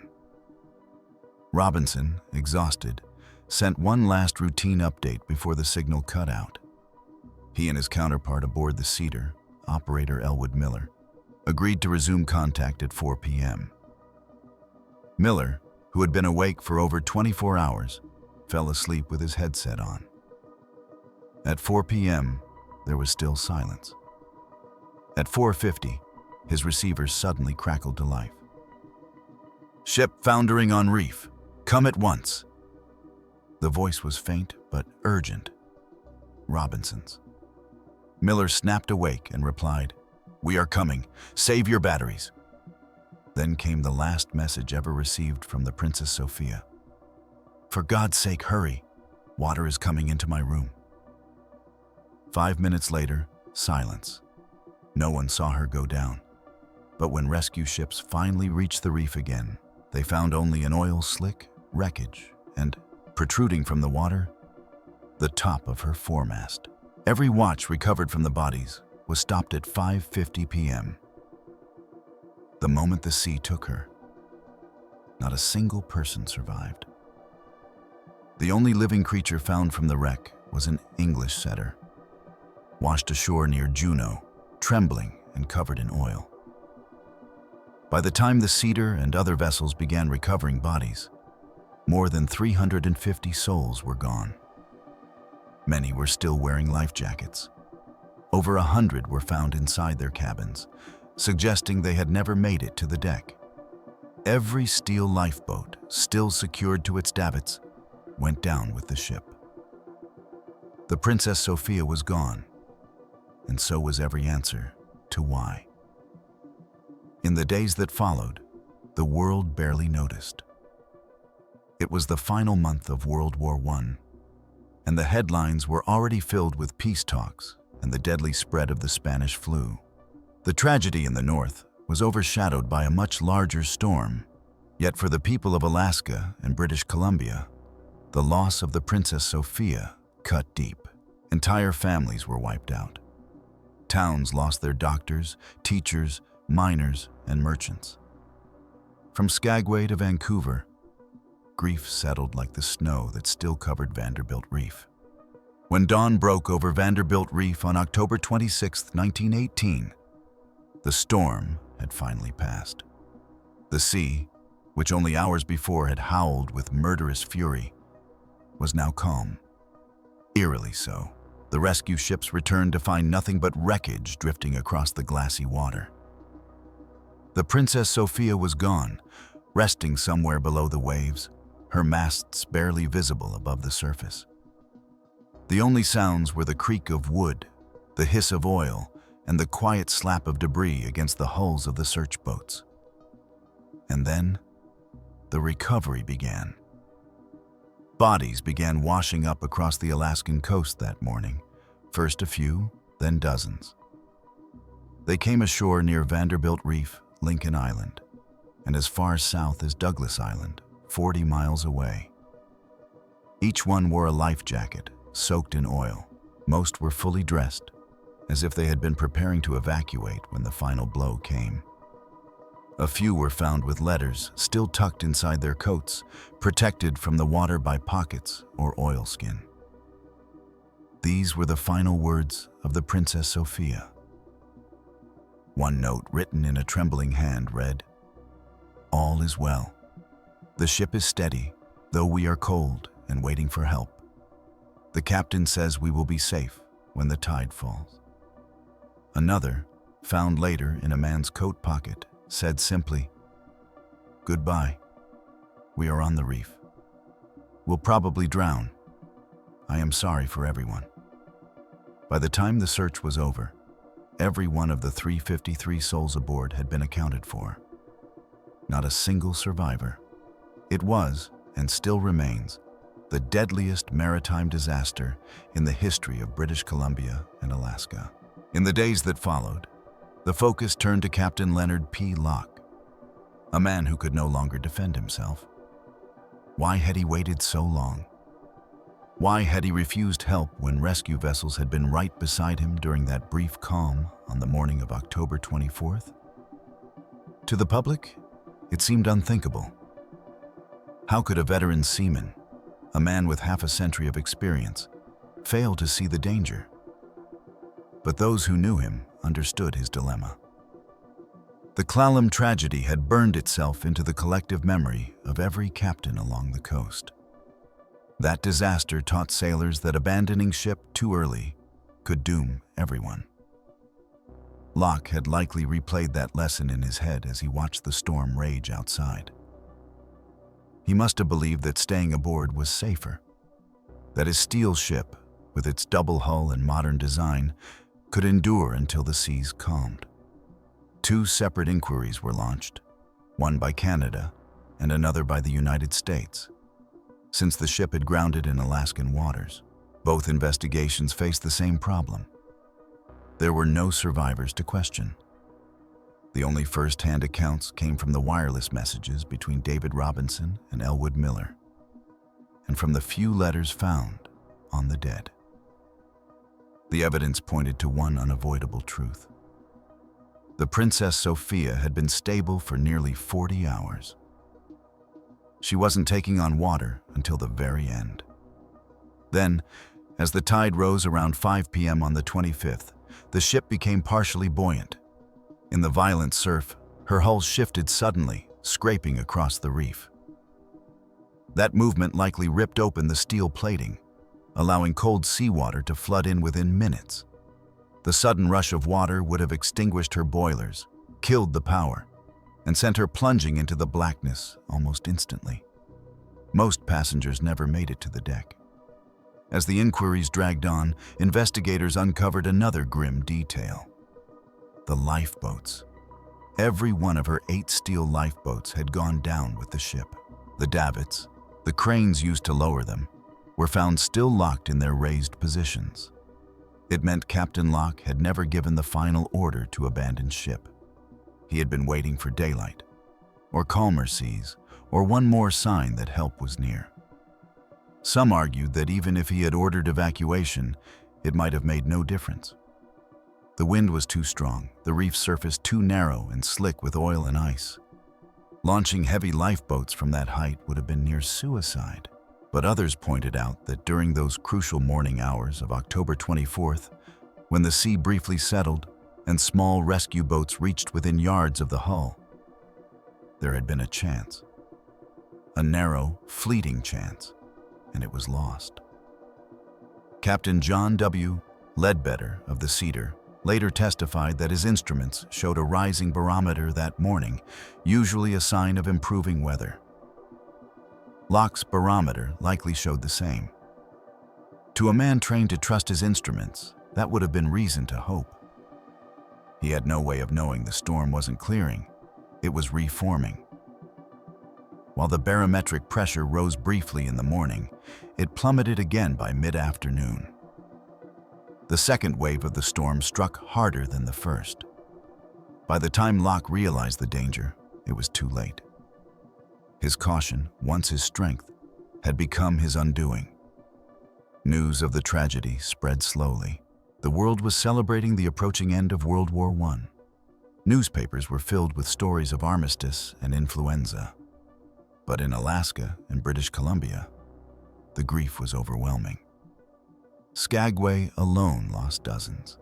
Miners, merchants, entire families.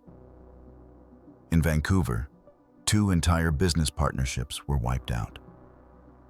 Church bells rang across Juneau as the dead were brought ashore. Their bodies were laid out in makeshift morgues, hundreds of miles from home. Many were never formally identified. For years, residents of the Inside Passage spoke of seeing the Sophia's lights on stormy nights. A ghost ship gliding silently through the snow, her deck still crowded with passengers waiting for rescue. Even after the inquiries closed, the Princess Sophia refused to rest quietly.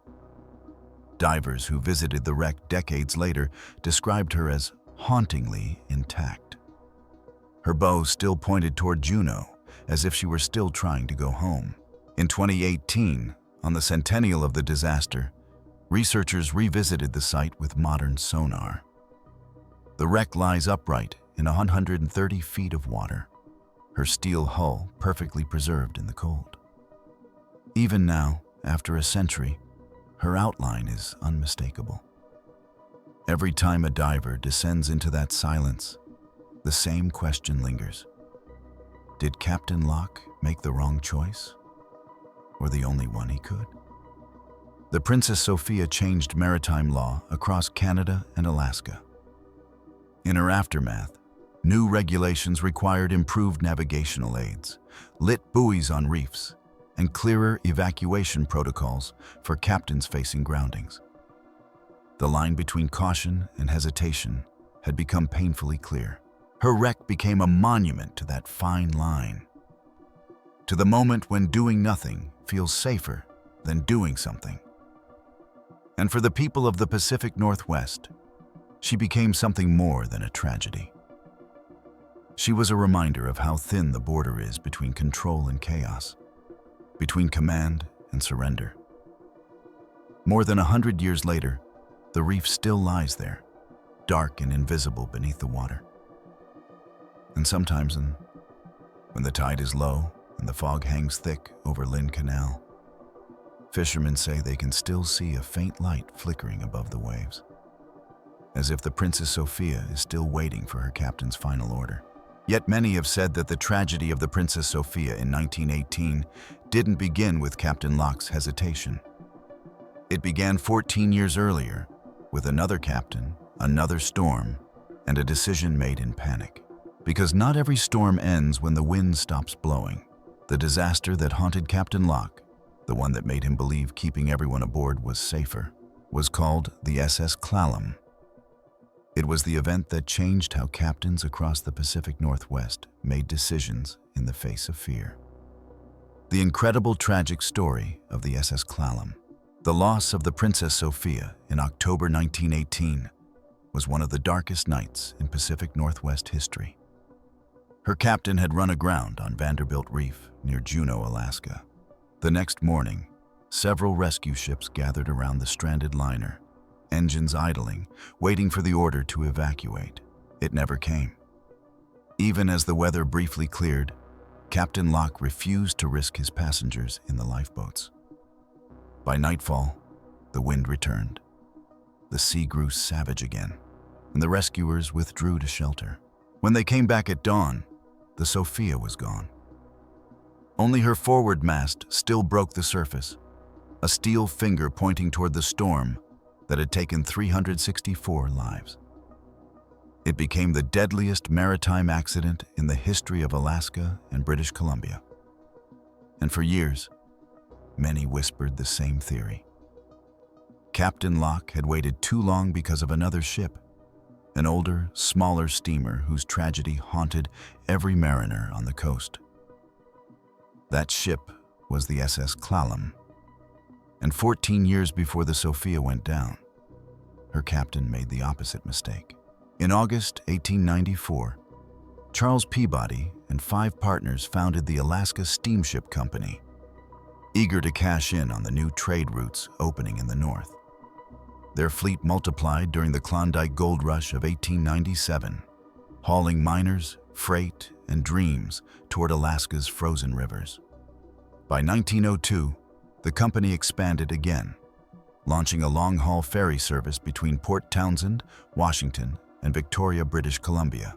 This new branch was called the Puget Sound Navigation Company, better known by locals as the Black Ball Line. To service it, they ordered several modest wooden steamers, the lifeline of a growing coastal world.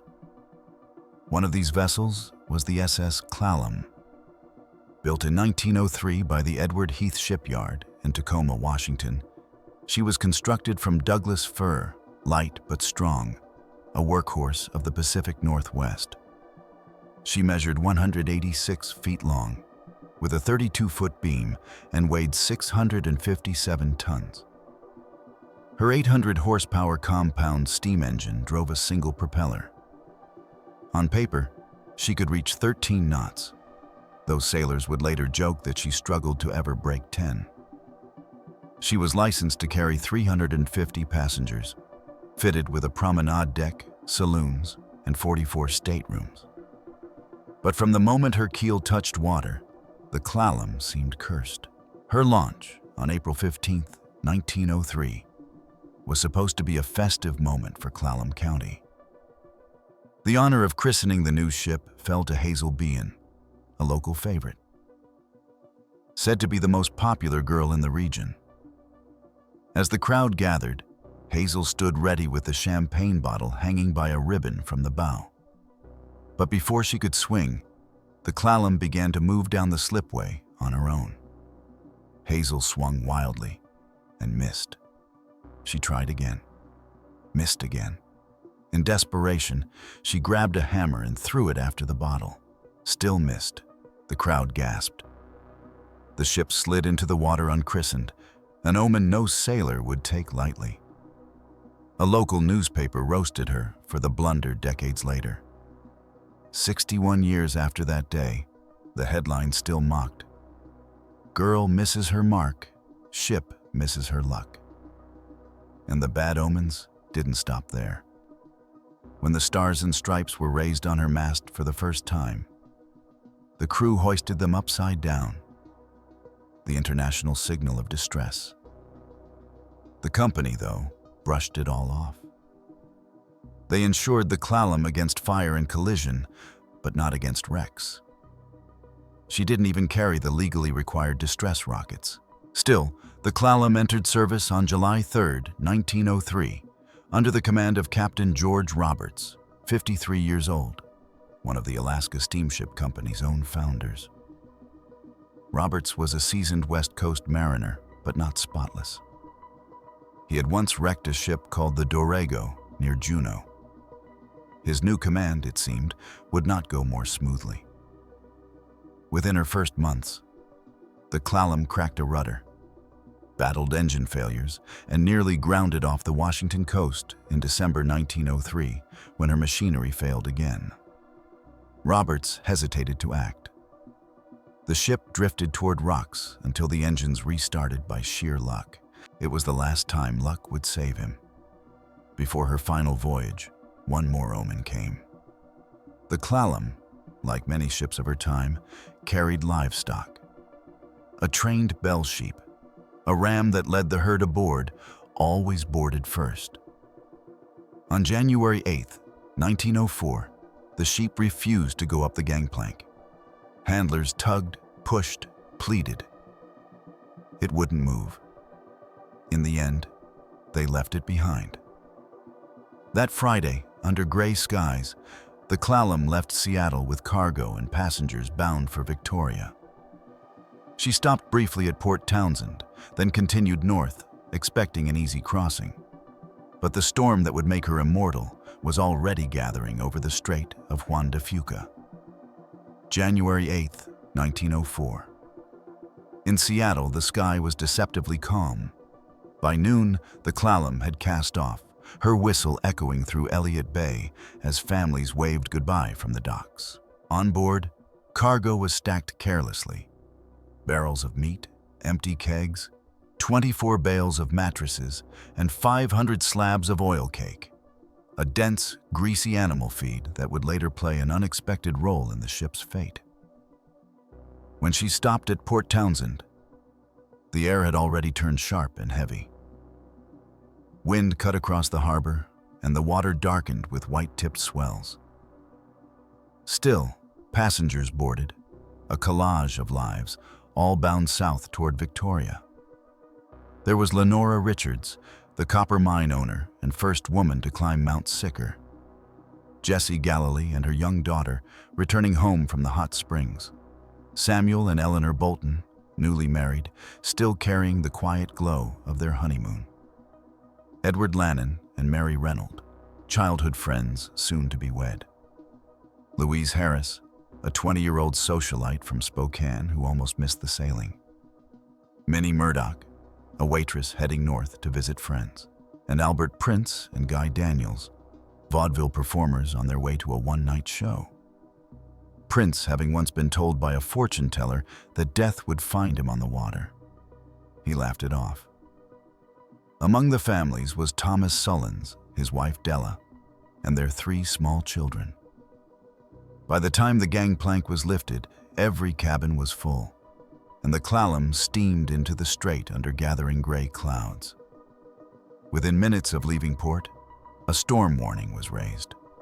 Out on open water, the waves grew fast and uneven, hitting the wooden hull like the blows of a drum.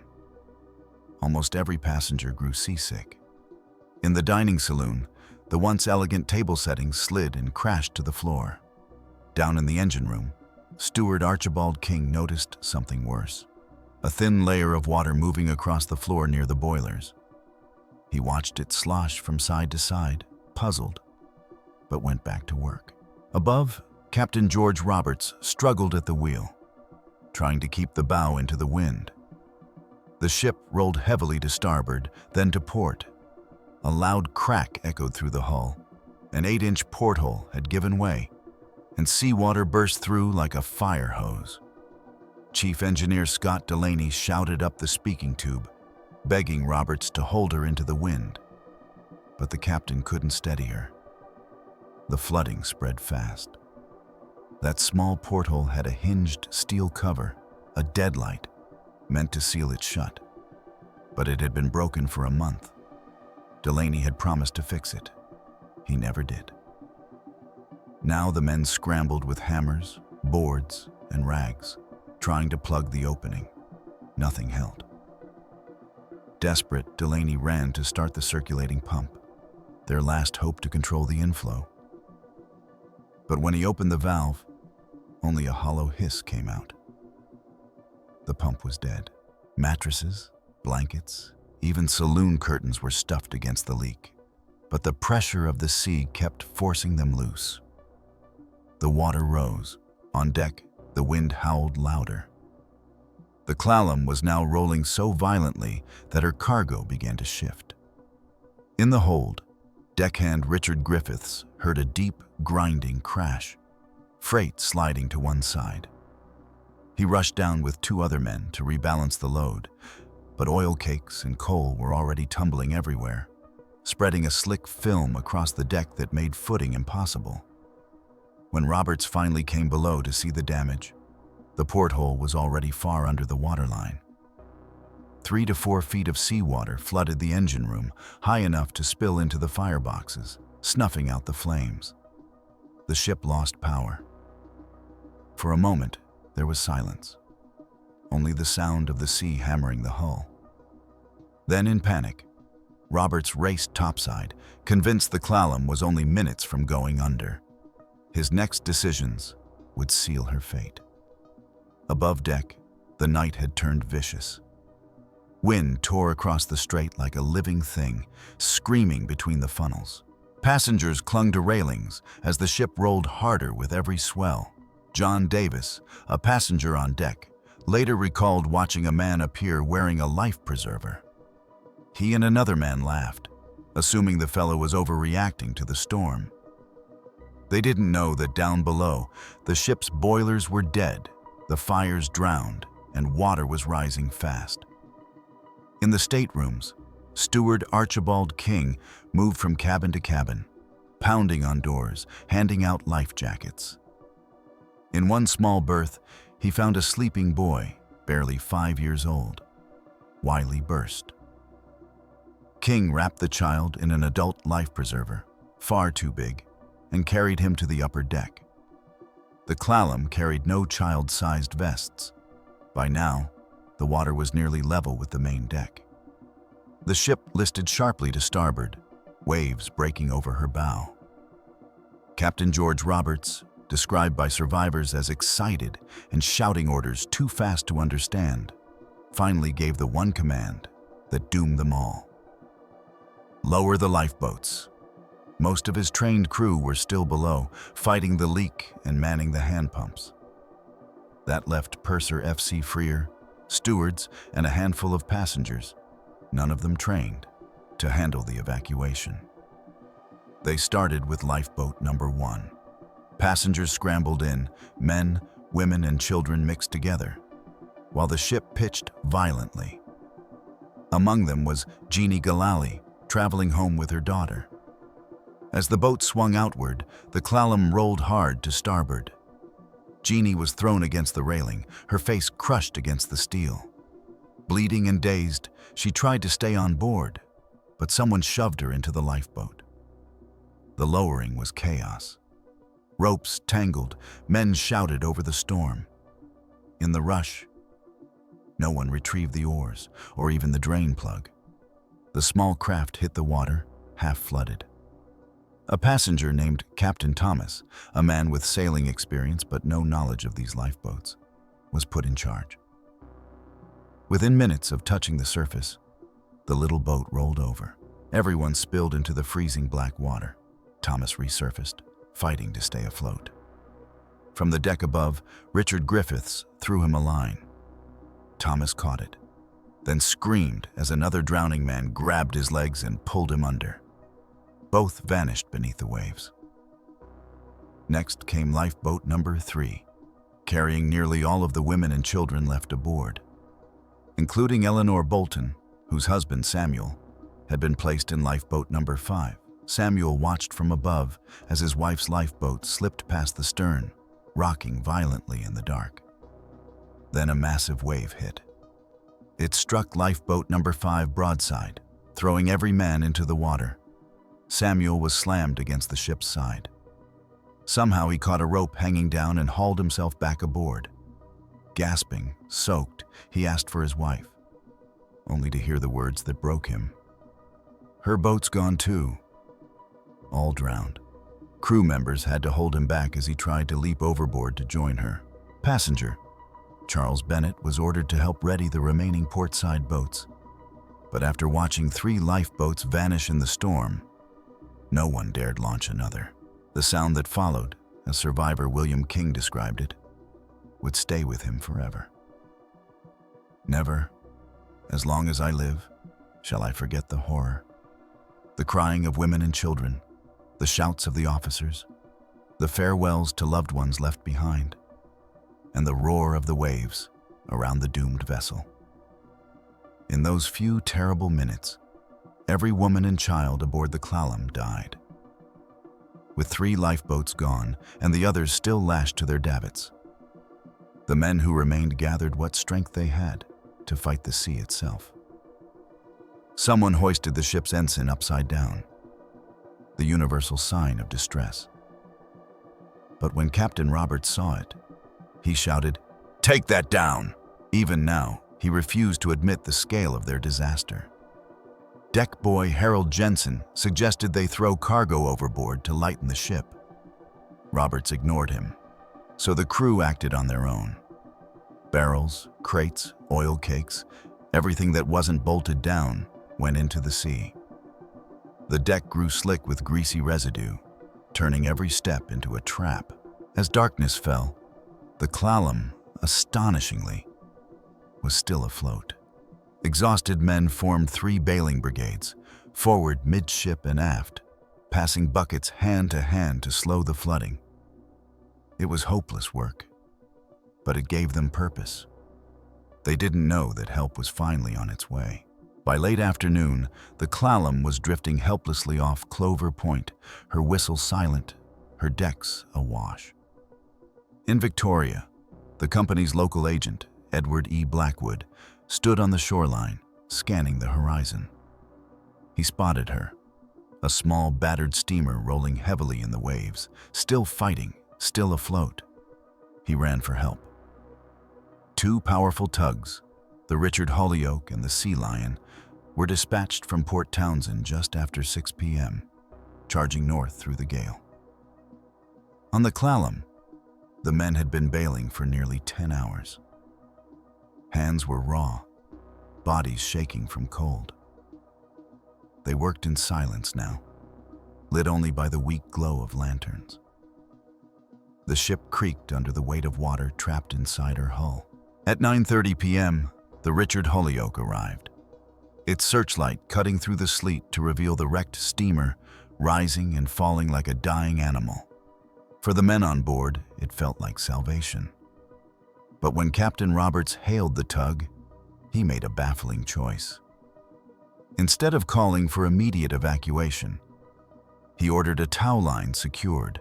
Crewmen on the Holyoke fought the wind to get a hawser across.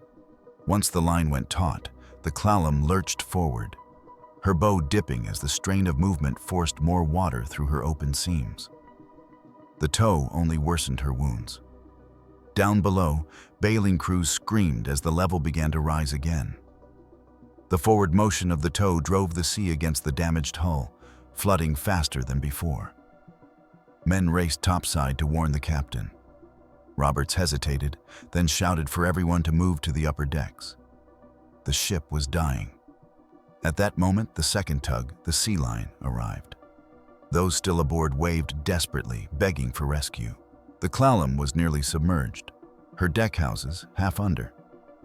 But instead of ordering the Sea Lion to take the survivors off, Roberts instructed her captain to steam ahead to the Holyoke, to tell them to drop the tow line. It was madness. The Clallam was too far gone. The Sea Lion obeyed, pushing forward into the darkness. Moments later, the tow line was cut to keep the Holyoke from being dragged down. The Clallam rolled hard to port. Her lights flickered once, twice, then darkness. She heeled over, the deck rising like a wall. Men scrambled for anything that would float. First Officer George Donnie, deckhand Harold Jensen, and a handful of passengers hacked at the lashings of a life raft on the hurricane deck. They freed it just as the ship went under. About a dozen men managed to climb aboard, their fingers locking around the wet wood as the steamer vanished beneath them. The Clallam sank at 1:20 a.m., January 9th, 1904. From her first distress to her final plunge, the ordeal had lasted nearly 12 hours. The Sea Lion circled back through the foam and debris. Half an hour later, she found survivors, men clinging to wreckage, some barely alive. Among them was Captain Roberts himself. Others had survived by sheer luck, drifting on pieces of the pilot house, which had broken free and floated like a raft. When dawn came, the strait was littered with wreckage, wood, luggage, clothing, and bodies washing ashore along Vancouver Island. Investigations later found that the 8-inch porthole alone could not have doomed the ship. Instead, the circulating pump had been set incorrectly, drawing seawater in through its open seacocks instead of pumping it out.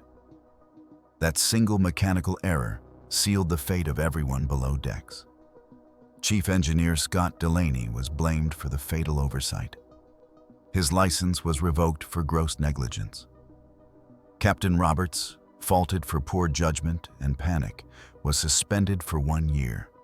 He never sailed again. He died 11 years later, still haunted by the screams that night. Bodies continued to wash ashore for weeks. Della Sullins was found floating alone. Her 3 children were never recovered. Socialite Louise Harris was discovered inside a capsized lifeboat, still clinging to its edge, frozen in the same motion that had failed to save her.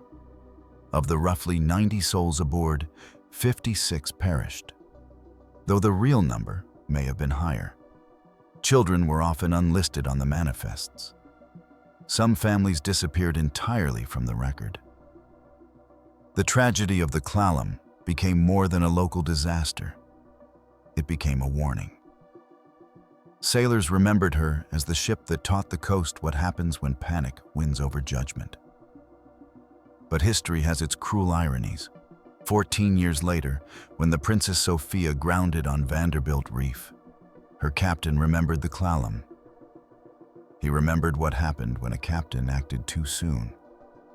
So he waited. And every man, woman, and child on board the Sophia died. Sometimes, the worst disasters are born not from forgetting the past, but from learning the wrong lesson. We've drifted west for a while, following the tempests of the Pacific, where the Clallam and the Princess Sophia were lost to wind and ice.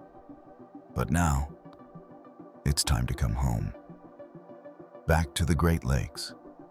Back to a storm so violent, so merciless, that the people of Duluth could watch a ship die right before their eyes.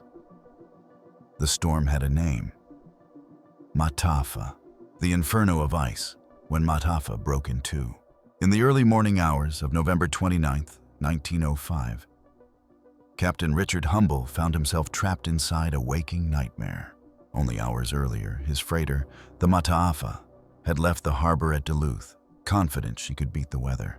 Now, just a few hundred feet from safety, she was broken in half, bearing the full rage of one of the worst storms ever to strike the Great Lakes. Through the darkness, the wind screamed at 60 miles an hour, tearing through broken windows and twisted steel. The ship's hull groaned as if alive, a wounded animal bracing for its last breath. On shore, bonfires burned along Minnesota Point, faint orange dots in the storm's gray mouth. 10,000 people stood in silence, watching a ship die in real time. The temperature plummeted. Spray turned to ice, sealing doors shut and coating every surface in a white crust so thick that the men had to smash through it just to move. Captain Humble looked toward the stern, where 9 of his men were trapped in the half of the ship that had broken away. Their voices, the desperate cries that had carried through the wind hours before, were gone now. Inside the forward deckhouse, fireman Harry Larson sat slumped against the wall, eyes half closed. Humble shook him hard. "Stay awake, boy. Don't you dare fall asleep." In weather like this, sleep meant death. To keep his men alive, the captain ordered everyone to their feet. In the flickering glow from the shoreline bonfires, the crew began to sway and stomp, moving side to side in a strange, slow-motion dance, a desperate attempt to keep their blood flowing while the blizzard howled outside. But to understand how they got there, we have to step back, just 2 days earlier, to a moment when nothing seemed wrong at all. It was Sunday, November 26th, and Duluth was quiet. The ore docks stood frozen in mist, the last few ships of the season idling in port, waiting for a break in the weather. For nearly a week, storms had hammered the western end of Lake Superior, grounding dozens of vessels and delaying hundreds of tons of cargo. Each idle day meant thousands of dollars lost, and by late November, patience had run thin. 32-year-old Captain Richard Humble was under pressure to make one final run before the season closed. He was young, ambitious, and already had 6 years of command experience on the lakes. A rare feat in an industry that usually demanded decades before granting a captaincy. His crew trusted him, and by all accounts, he was calm, steady, and deeply loyal to his men. His ship, the SS Mataafa, was just 6 years old. Built in 1899 by the Cleveland Shipbuilding Company, she had started life as the SS Pennsylvania before being renamed after a Samoan chief. A nod to America's growing sense of maritime power. At 430 feet long with a beam of 50 feet, she was a true modern steel freighter, capable of hauling nearly 8,500 tons of ore across the Great Lakes. Her twin Scotch marine boilers fed a single 200 horsepower triple expansion steam engine, modest for her size, but efficient. Yet her design carried one fatal flaw. Unlike later freighters with raised stern deckhouses, the Mataafa's galley and engine room crew lived inside the hull, in what sailors grimly called a submarine stern. It kept the ship's profile low and aerodynamic. But in a storm, it trapped the crew below the waterline. The forward and aft sections were separated by open cargo holds, nearly 250 feet long. There was no interior passage between them. The only way to cross was to walk the open spar deck, exposed to whatever the lake had to give. The Pittsburgh Steamship Company, which owned her, preached safety. But every sailor on the lakes knew the unspoken truth. Captains who brought in more cargo before freeze-up were rewarded, and those who played it safe were replaced. That unrelenting pressure to make one last run before the season closed had claimed ships before. It would claim many more after. That Monday morning, storm flags were already flying over Duluth Harbor. The Weather Bureau's telegrams warned of gale conditions likely. But in 1905, forecasting was primitive. Radios were still rare. Captains relied on barometers and instinct. And that morning, Humble's barometer showed only a slow fall. He believed the storm had already passed, leaving a brief window of calm. At 3:30 p.m., November 27th, the Mataafa blew her whistle and departed Duluth with 8,000 tons of iron ore bound for Cleveland. Her 24-man crew waved to families along the shore, their breath visible in the freezing air. Behind her, she towed a 366-foot barge, the James Nasmith. By sunset, the lake had already turned against them. As they cleared Minnesota Point, the wind swung east and began to build. By nightfall, the barometer had dropped like a stone. First Mate Wally Brown reported pressure falling faster than I've ever seen. At 7:30 p.m., just off Two Harbors, the snow hit. Not flakes, but walls of white that erased the horizon. By 2 a.m., waves were crashing over the deck from both sides, flooding hatches, freezing instantly as they spread. The ship rolled, shuddered, and creaked under the weight of ice. For hours, the crew fought to keep her upright. Buckets of hot water were poured over frozen gear. Axes were used to chip ice from the railings. Men worked blind, drenched in sleet. By dawn, Humble knew the truth. They couldn't make headway. The storm was only getting worse. He ordered Chief Engineer Bill Most to give her everything she's got. They were turning back to Duluth. Ahead lay only 20 miles of black water, but it might as well have been an ocean. The plan was simple: swing the ship around, face the wind, and run for the canal, but with the Nasmith still in tow, a dead weight with no engine. The maneuver was risky. The towing line groaned, taut as iron, as both vessels fought the gale. When the waves began to threaten both, Humble made a decision that would haunt him for the rest of his life. He cut the barge loose, The crew of the Nasmith watched in horror as their tow line fell slack. Without power, they were alone in the dark. They dropped anchor and prayed. Against all odds, they would survive. The Mataafa, however, would not. By 5 a.m. on November 28th, the wind screamed across the lake at 70 miles per hour. Waves towered 20 feet high, each one smashing over the bow and rolling aft like a sledgehammer. The ship's deck hatches began to buckle. The iron ore below shifted with every impact. Thousands of tons of weight grinding inside the hull. And yet, through it all, Humble pressed forward, steering by instinct through a white void where sky and water had become one. The foghorn at the Two Harbors light wailed somewhere off their starboard side. Too close, too shallow. He made the hardest call of his career. Continue for Duluth. If they could just reach the harbor entrance, they'd live.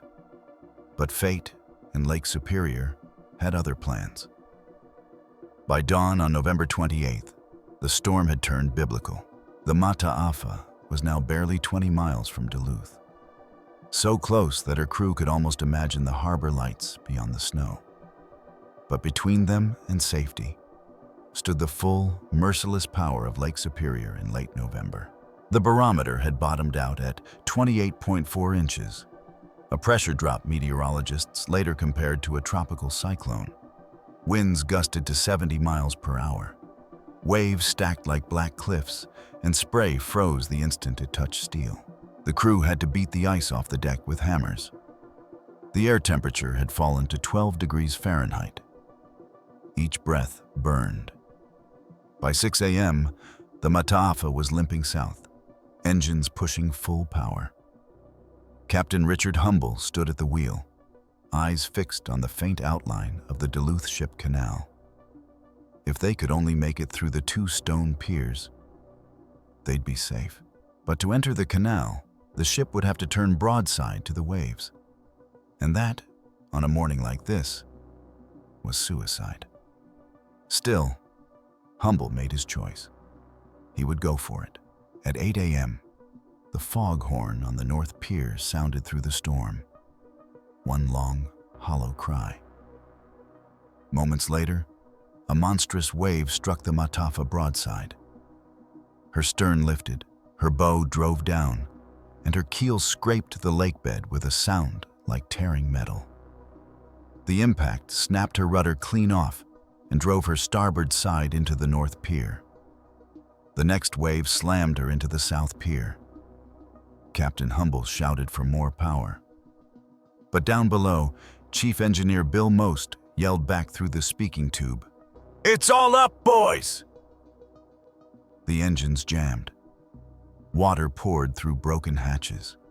In the next instant, she drifted sideways across the channel entrance and grounded hard, perpendicular to the shore. There she stayed, trapped, broken, and defenseless, while the storm tore her apart. At 9 a.m., with waves now topping 25 feet, the ship split open at hatch number 8. The massive freighter cracked clean in two. The bow section, where Humble and 14 men were trapped, remained upright.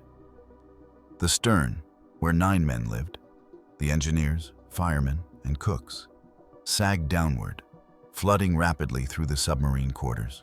On shore, residents of Duluth poured out of their homes, staring in horror. The Mataafa lay just 300 feet from the beach, close enough that they could hear voices through the wind. "Help us!" someone shouted. Then another. But the surf was too violent. Even the life-saving service crews at Minnesota Point couldn't launch a boat. By noon, the beaches were lined with people. Over 10,000, according to the Duluth News-Tribune. They lit bonfires to stay warm and to signal the men aboard. Flames flickered in the blizzard, reflecting off the frozen hull. From shore, the scene looked like a living painting. Fire and ice, storm and silence. Inside the broken ship, the men fought to stay alive. At the stern, second mate Herbert Imai realized the men below were doomed if they didn't reach the bow. He tied his scarf tight, waited for a lull, and crawled out onto the open spar deck. 250 feet of ice-slick metal separating him from safety. He timed the waves. When one crashed over, he flattened himself against the deck. When it passed, he scrambled forward, crawling on all fours, gripping the steel rails with frozen hands. After 4 waves, he made it to hatch number 2, where first mate Wally Brown pulled him in. 2 more men followed, Porter Fred Saunders and fireman Charlie Byrne, both cheered by the crowd on shore as they crossed. Then came Thomas Woodgate, a massive fireman known for his strength. He stepped out, crouched low, 1 wave hit, then another. He held fast. The 3rd wave took him overboard. He clawed his way back. The 4th smashed him into the steel plating, splitting his head open. Somehow, he crawled back onto the stern. He would not try again. Below, Chief Engineer Bill Most nearly attempted the crossing, but when he saw Woodgate collapse, he stopped. "It's no use," he said. "The lake'll have us all." By 1 p.m., the life-saving service finally arrived, led by Murdoch McLennan and his crew from the Duluth station. They had already been rescuing another grounded freighter, the RW. England, 2 miles down the coast, and by the time they reached the Mataafa, the surf was too heavy to launch their surf boats. They tried the Lyle gun, a small cannon that fired a rescue line across the water, hoping to rig a breeches buoy, a rope system to haul survivors one by one to shore. Every shot missed or froze solid. Lines that reached the ship turned to ice within minutes. Captain Humble shouted across the water, his voice breaking. "Save the men in the stern! They can't last!" But the rescuers could do nothing. By 10 p.m., after 5 hours of failed attempts, they were forced to wait until morning. The night that followed was one of the coldest on record. The wind chill dropped below -20 degrees Fahrenheit. Inside the forward section, Humble gathered his 15 men in the captain's quarters, the only space still partly dry. The doors were gone, the windows blown out. Ice hung from the ceiling like daggers. They took turns dancing in place to keep from freezing. When exhaustion set in, Humble did something desperate.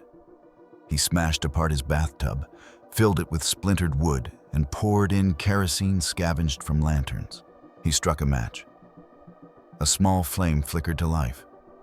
The men huddled close, their breath clouded in the smoke. The bathtub stove, a last spark of human defiance, kept them alive until dawn. At 7:30 a.m., November 29th, the storm finally began to ease. Out through the shattered window, Humble saw a lifeboat rowing toward them. 6 men from the life-saving service, fighting through the remaining surf. He smiled for the first time in 24 hours. Then he turned toward the stern. Nothing moved. No voices. Only ice. The morning of November 29th, 1905, broke gray and bitterly cold. The wind had died, but Lake Superior still heaved with the aftershock of the storm. Waves rolled over the shattered Mataafa, washing red with iron ore from her broken holds.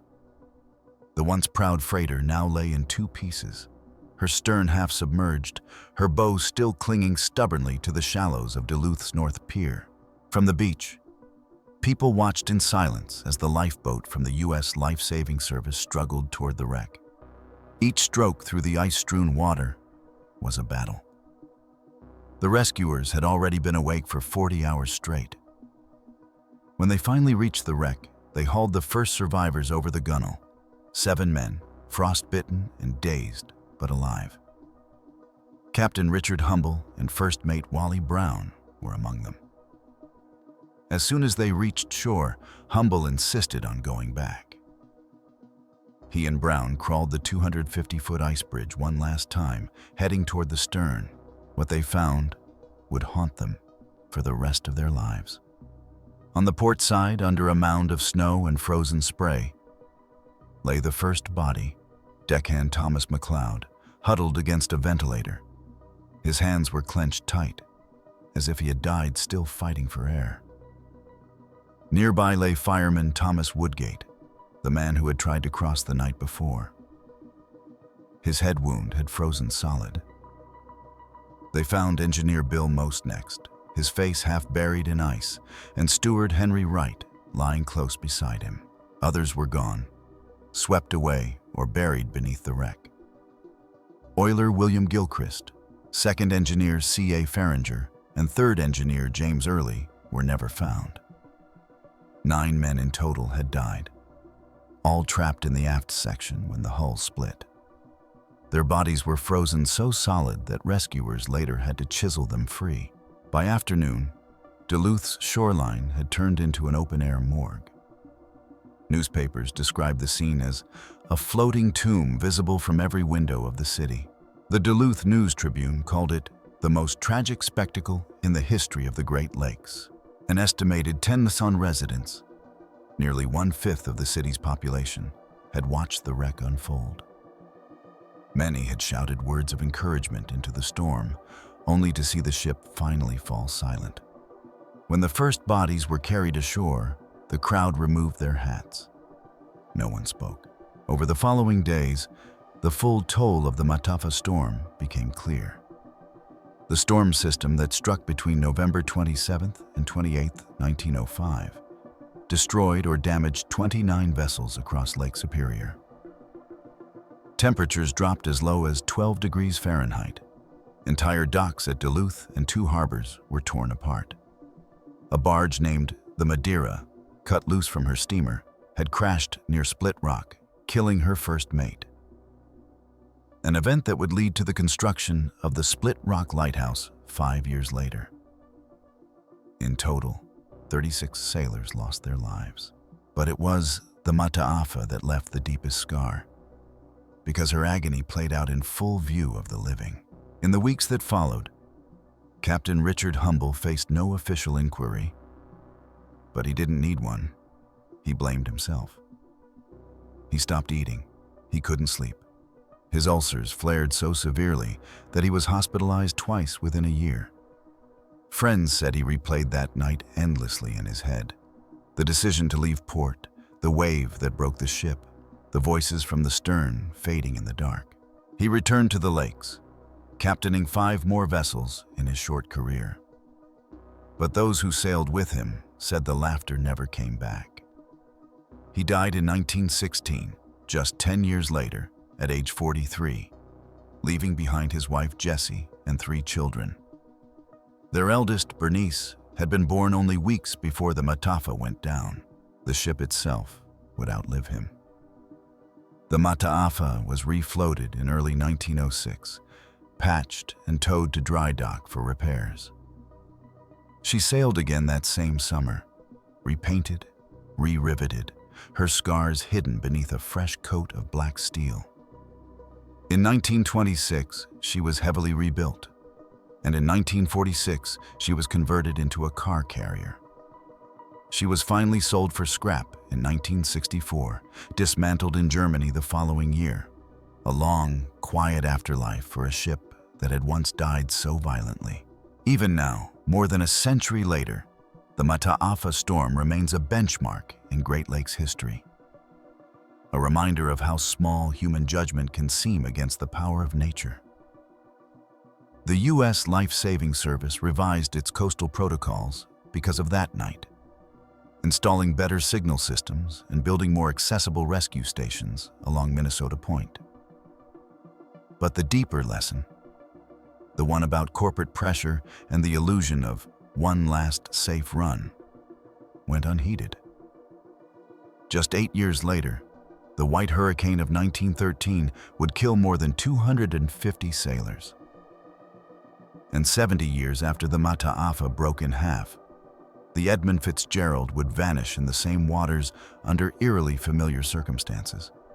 The captain racing the weather, the storm outpacing them both. The Mataafa's story is not only about ice and steel, it's about decisions. the weight of command, the cost of hesitation, the line between courage and hubris. Captain Humble didn't run from the storm. He faced it. And though he saved 15 souls that night, the 9 he lost and the guilt he carried would define him forever. The ship survived, one old sailor later said, but the captain never did. We just witnessed the Mataafa tear itself apart right before Duluth's eyes. Now, let's head east and end this series by returning to Lake Erie, where the storm wrote a different kind of nightmare. No wreck, no survivors, no answers. On the night of December 7th, 1909, the ferry Marquette and Bessemer No. 2 set out into the gale, carrying a flaw everyone knew about, an open stern. And then, it vanished. By the weekend, search crews found only a lifeboat carrying 9 bodies. On the ship's steward, a knife and a meat cleaver. And when the captain's body was later recovered, it bore multiple slashes. Meanwhile, dozens of witnesses from both sides of the lake swore they had seen or heard the ship that night. 33 crewmen and 1 passenger, all gone. And to this day, the wreck has never been found. This remains Lake Erie's most stubborn mystery. Lake Erie's ghost ferry. The vanishing of Marquette and Bessemer No. 2, 1909. Late on the night of December 7th, 1909, the wind over Lake Erie screamed like a living thing. In the small Ohio town of Conneaut, snow rattled against window panes as a winter gale gathered its fury. Miles away, in a modest home lit only by a kerosene lamp, Sarah Clancy awoke with a gasp. Her hands trembled, her heart pounding. She had dreamt of a ship, a great steel ferry, tossed helplessly among black waves. It rolled once, then again, before it vanished beneath the freezing water. Through the roar, she had heard a single voice cry her name. It was her brother, John Clancy, a wheelsman aboard the Marquette and Bessemer No. 2. At breakfast, her sisters laughed. Just a storm dream, they said. But by noon, the laughter faded. The No. 2, a 350-foot car ferry that crossed between Conneaut, Ohio, and Port Stanley, Ontario, was long overdue. By evening, the wires along the lake crackled with stories. Fishermen swore they'd seen a vessel rolling broadside to the wind. Others claimed they'd heard frantic whistle blasts lost in the gale. Something terrible had happened. 5 days later, on December 12th, the lake began to give back its secrets. 15 miles off Erie, Pennsylvania, the tug Commodore Perry found a lifeboat drifting among broken timbers. Inside were 9 frozen bodies, all thinly dressed, their faces turned skyward. The clothing of a 10th man lay in the bottom, and clutched in the hands of steward George R. Smith were 2 butcher's knives and a meat cleaver from the galley.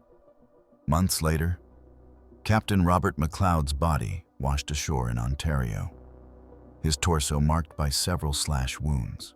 To this day, no trace of the wreck has ever been found. The storm's violence was undeniable, but the evidence suggested something more. A human struggle amid chaos, a mystery that the lake refused to explain. The Marquette and Bessemer No. 2 had been built only 4 years earlier in 1905 at the American Shipbuilding Company in Cleveland. She was hull number 428, 350 feet long, 54 feet abeam, driven by twin triple expansion engines that gave her a modest 10-knot speed. Designed to carry 30 loaded rail cars, she featured 4 tracks running the length of her cargo deck, an innovation that made her one of the most efficient ferries on the Great Lakes. But efficiency had come at a cost: her open stern. Unlike ocean ferries, she lacked a gate or transom to seal the rear cargo ramp. Waves could, and did, surge directly into her hold. Captains were instructed to meet storms head-on so that seas would break over the bow instead of flooding through the stern. It was a dangerous compromise, one already proven fatal on other lake ferries like the Ashtabula and Pere Marquette, 18 years later. Commanding her was Captain Robert McLeod, a respected sailor from a family of mariners, 7 brothers, 6 of them seamen. His elder brother John McLeod served as first mate. Their ship ran daily, hauling freight cars across Lake Erie. It was a comfortable rhythm. Crews could sleep in their own beds most nights. But by late 1909, storms had been unusually severe, and confidence in the No. 2's design was waning. In November 1909, only weeks before her disappearance, the No. 2 had already come close to disaster. A November gale slammed into her as she steamed north. Waves roared through the open stern, washing over the cargo deck and nearly extinguishing her boilers. She barely limped home. Afterward, Captain McLeod warned company officials, "If we're hit broadside again before they close that stern, we won't come back." The owners agreed. A stern gate would be installed at the end of the season. But the season wasn't over yet. Morning broke cold and gray on December 7th, 1909. Purser R. Sonasai Smith stood on the dock at Conneaut, tallying freight as storm flags snapped overhead. 26 rail cars of coal, 3 of structural steel, and 1 of iron castings rolled aboard. Routine cargo for the ferry's daily run. At 6 a.m., the No. 1, her sister ship, departed into rising southwest winds. The No. 2 was set to follow at 8, but trouble began before her lines were even cast off. A nearby ore carrier, being tied down for the winter, snapped her mooring lines in the gale and swung across the channel, blocking the exit. For 2 hours, crews fought to restrain her. Only around 10 o'clock did McLeod finally give the order, "Slow ahead." As the No. 2 inched clear, a man sprinted down the dock, waving frantically. "Stop! Wait!" he shouted. It was Albert J. Weiss, treasurer of the Keystone Fish Company of Erie, carrying a leather briefcase reportedly filled with $50,000 in cash. Funds for a Canadian acquisition. The captain sighed, reversed engines, and let the man leap aboard. Weiss would become the ship's only passenger. At 10:43 a.m., the No. 2 cleared the harbor. Winds screamed past 50 miles per hour, and waves hammered her bow. On the west breakwater, a small crew installing a new fog bell watched her go. "Get that thing fixed," McLeod shouted over the wind. "I might need it on my way back." They laughed, waved, and rang the bell in farewell. They would be the last men ever to see the Marquette and Bessemer No. 2 afloat. By early afternoon, the gale that had been howling over Lake Erie turned vicious. At noon, the temperature stood around 42 degrees Fahrenheit. But within a few hours, it had plunged to 10 degrees Fahrenheit. Winds now gusted over 75 miles per hour, driving walls of snow that turned the lake into a white void. Visibility dropped to nothing. By sunset, even the lightkeepers at Conneaut could no longer see the horizon. Just a flat, boiling gray. That night, the Marquette and Bessemer No. 2 was fighting for her life. Somewhere in that frozen chaos, her steel hull groaned and flexed under the pounding surf. Each wave crashed over the open stern, pouring tons of water across the deck. Crewmen in oilskins swung lanterns against the dark, their breath freezing in midair. The boilers hissed and strained as the engineers below kept up full steam. Around 6 p.m., a Canadian customs officer, Mr. Wheeler, watched from his home in Port Stanley, Ontario. Through the snow, he saw what he swore was the Marquette and Bessemer No. 2, a dark shape rising and falling at the harbor entrance. She tried again and again to find her way in. But the channel was too narrow, the seas too high. Finally, Wheeler said, she turned west, perhaps toward Rondeau, and disappeared into the storm. Hours later, around 3 a.m., Wheeler awoke to the sound of the ship's whistle. Deep, powerful, and unmistakable. 2 other residents reported the same thing. And at 5 a.m., a farmer in Bruce, Ontario, 7 miles east of Port Stanley, rushed outside after hearing a steamer's whistle so close he thought it had run aground. He could hear it calling, again and again, through the gale. But there was no light, no shadow of a ship, just the sound vanishing into the wind.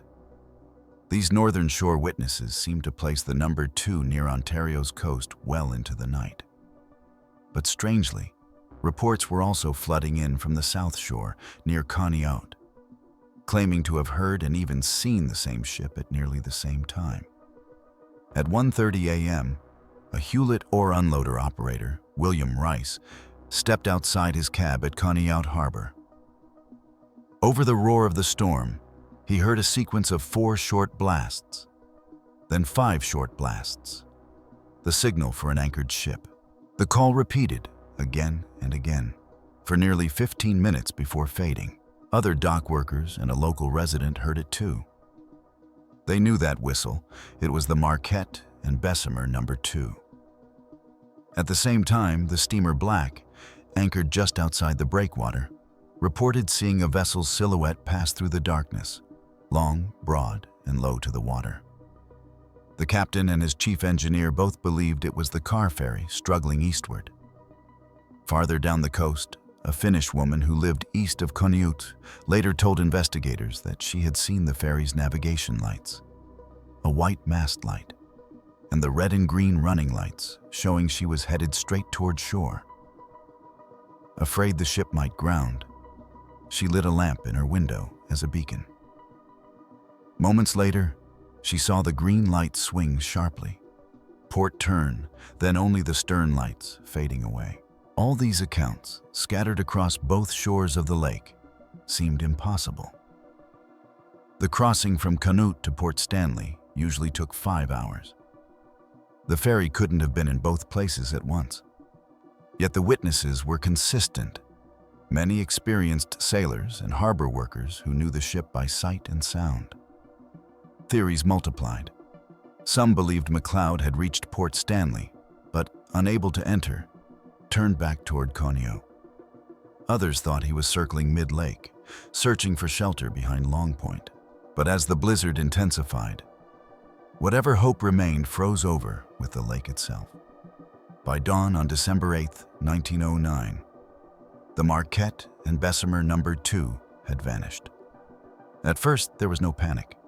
Ships on Lake Erie often went silent during winter storms, sometimes for days, their crews huddled in sheltered bays waiting for calmer weather.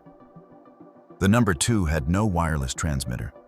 Few ships did at the time, so silence wasn't unusual. Her sister ship, the Marquette and Bessemer No. 1, was sent to search the next morning, combing the lake for debris or smoke. She found nothing. 3 days later, on December 10th, the bulk freighter SS William B. Davok sighted a field of floating wreckage west of Long Point, Ontario. Among it drifted an abandoned lifeboat, painted the same green as the No. 2 superstructure. They saw no names, no bodies. The Davok's captain, pressed for schedule, sailed on. Later, newspapers would condemn him for not stopping. 2 days later, on December 12th, the truth surfaced. 15 miles off Erie, Pennsylvania, Captain Jeremiah Driscoll of the Pennsylvania Fish Commission, Tug Commodore Perry, spotted a lifeboat floating half-frozen in the slush. Inside were 9 bodies, stiff with ice. Another set of clothes lay at the bottom, belonging to a 10th man who had likely stripped off layers in the confusion of paradoxical undressing, a late symptom of hypothermia. None were properly dressed for the storm. Their coats and gloves were missing. They had fled the ship in haste. But the strangest discovery lay in the lap of Steward George Smith.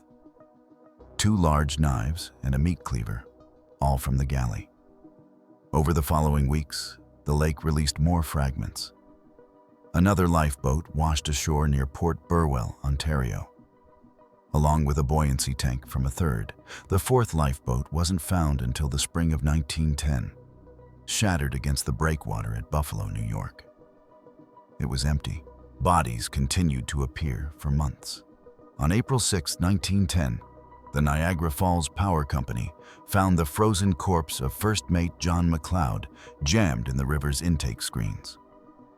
6 months later, on October 6th, his brother, Captain Robert McLeod, washed ashore near Kincardine, Ontario, the same day the replacement vessel was launched in Cleveland. His body bore slash wounds across the torso. The wounds, investigators said, could have been caused by wreckage or ice. But others whispered that something darker had happened aboard. By spring, the tragedy had become the talk of every port on the Great Lakes. The press labeled it the ghost ship of Lake Erie. With no survivors and conflicting reports, imagination filled the void. When Dwight Boyer published Ghost Ships of the Great Lakes in 1968, he compiled accounts from surviving relatives and official archives. One theory suggested a mutiny, that as the ship began to founder, panicked crewmen tried to abandon her too early. In the struggle, Captain McLeod and his officers may have fought to regain control, leading to the wounds and the knives found in Smith's hands. But Boyer himself admitted there was no proof, only haunting speculation. Most experts, then and now, agree on one likely cause: the open stern. The number 2's fatal flaw allowed wave after wave to pour directly into her cargo hold. Each train car weighed tens of tons. Once water surged across the deck, the ship's stability would have been destroyed. A single larger wave could have been enough to extinguish the boilers, leaving her adrift and powerless. When she finally went down, it may have happened in minutes. The heavy cars would have dragged her stern first to the bottom, the lifeboats torn loose as men scrambled in darkness and ice. In all, 33 crewmen and 1 passenger, perhaps 38 souls in total, perished. None survived to tell what happened in those final hours. Within months, the company commissioned a replacement ship, built from the same plans, launched under the same name, Marquette and Bessemer No. 2. Critics called it heartless. Sailors refused to serve aboard her at first. This new ship had one crucial difference: a stern gate, the very feature that might have saved her predecessor. The original No. 2, however, has never been found. Over the decades, countless divers and sonar teams have claimed discovery, only for their finds to turn out to be other wrecks. Coal barges, steel hulks, the Dean Richmond, the Clarion, but never her. Today, maritime historians believe she lies somewhere between Long Point and Erie, beneath 200 feet of silt and sand, preserved in the lake's cold, anoxic depths. For more than a century, descendants of her crew have kept their memory alive. Every few years, new expeditions go out, equipped with side-scan sonar and ROVs. None return with answers. Even now, when storms sweep across Lake Erie, lighthouse keepers still report hearing faint blasts on the wind, 4 short, 5 short. The anchor signal of a ship that never came home. The Marquette and Bessemer No. 2 remains one of the greatest unsolved mysteries of the Great Lakes. Her story, like the cold lake that swallowed her, refuses to rest.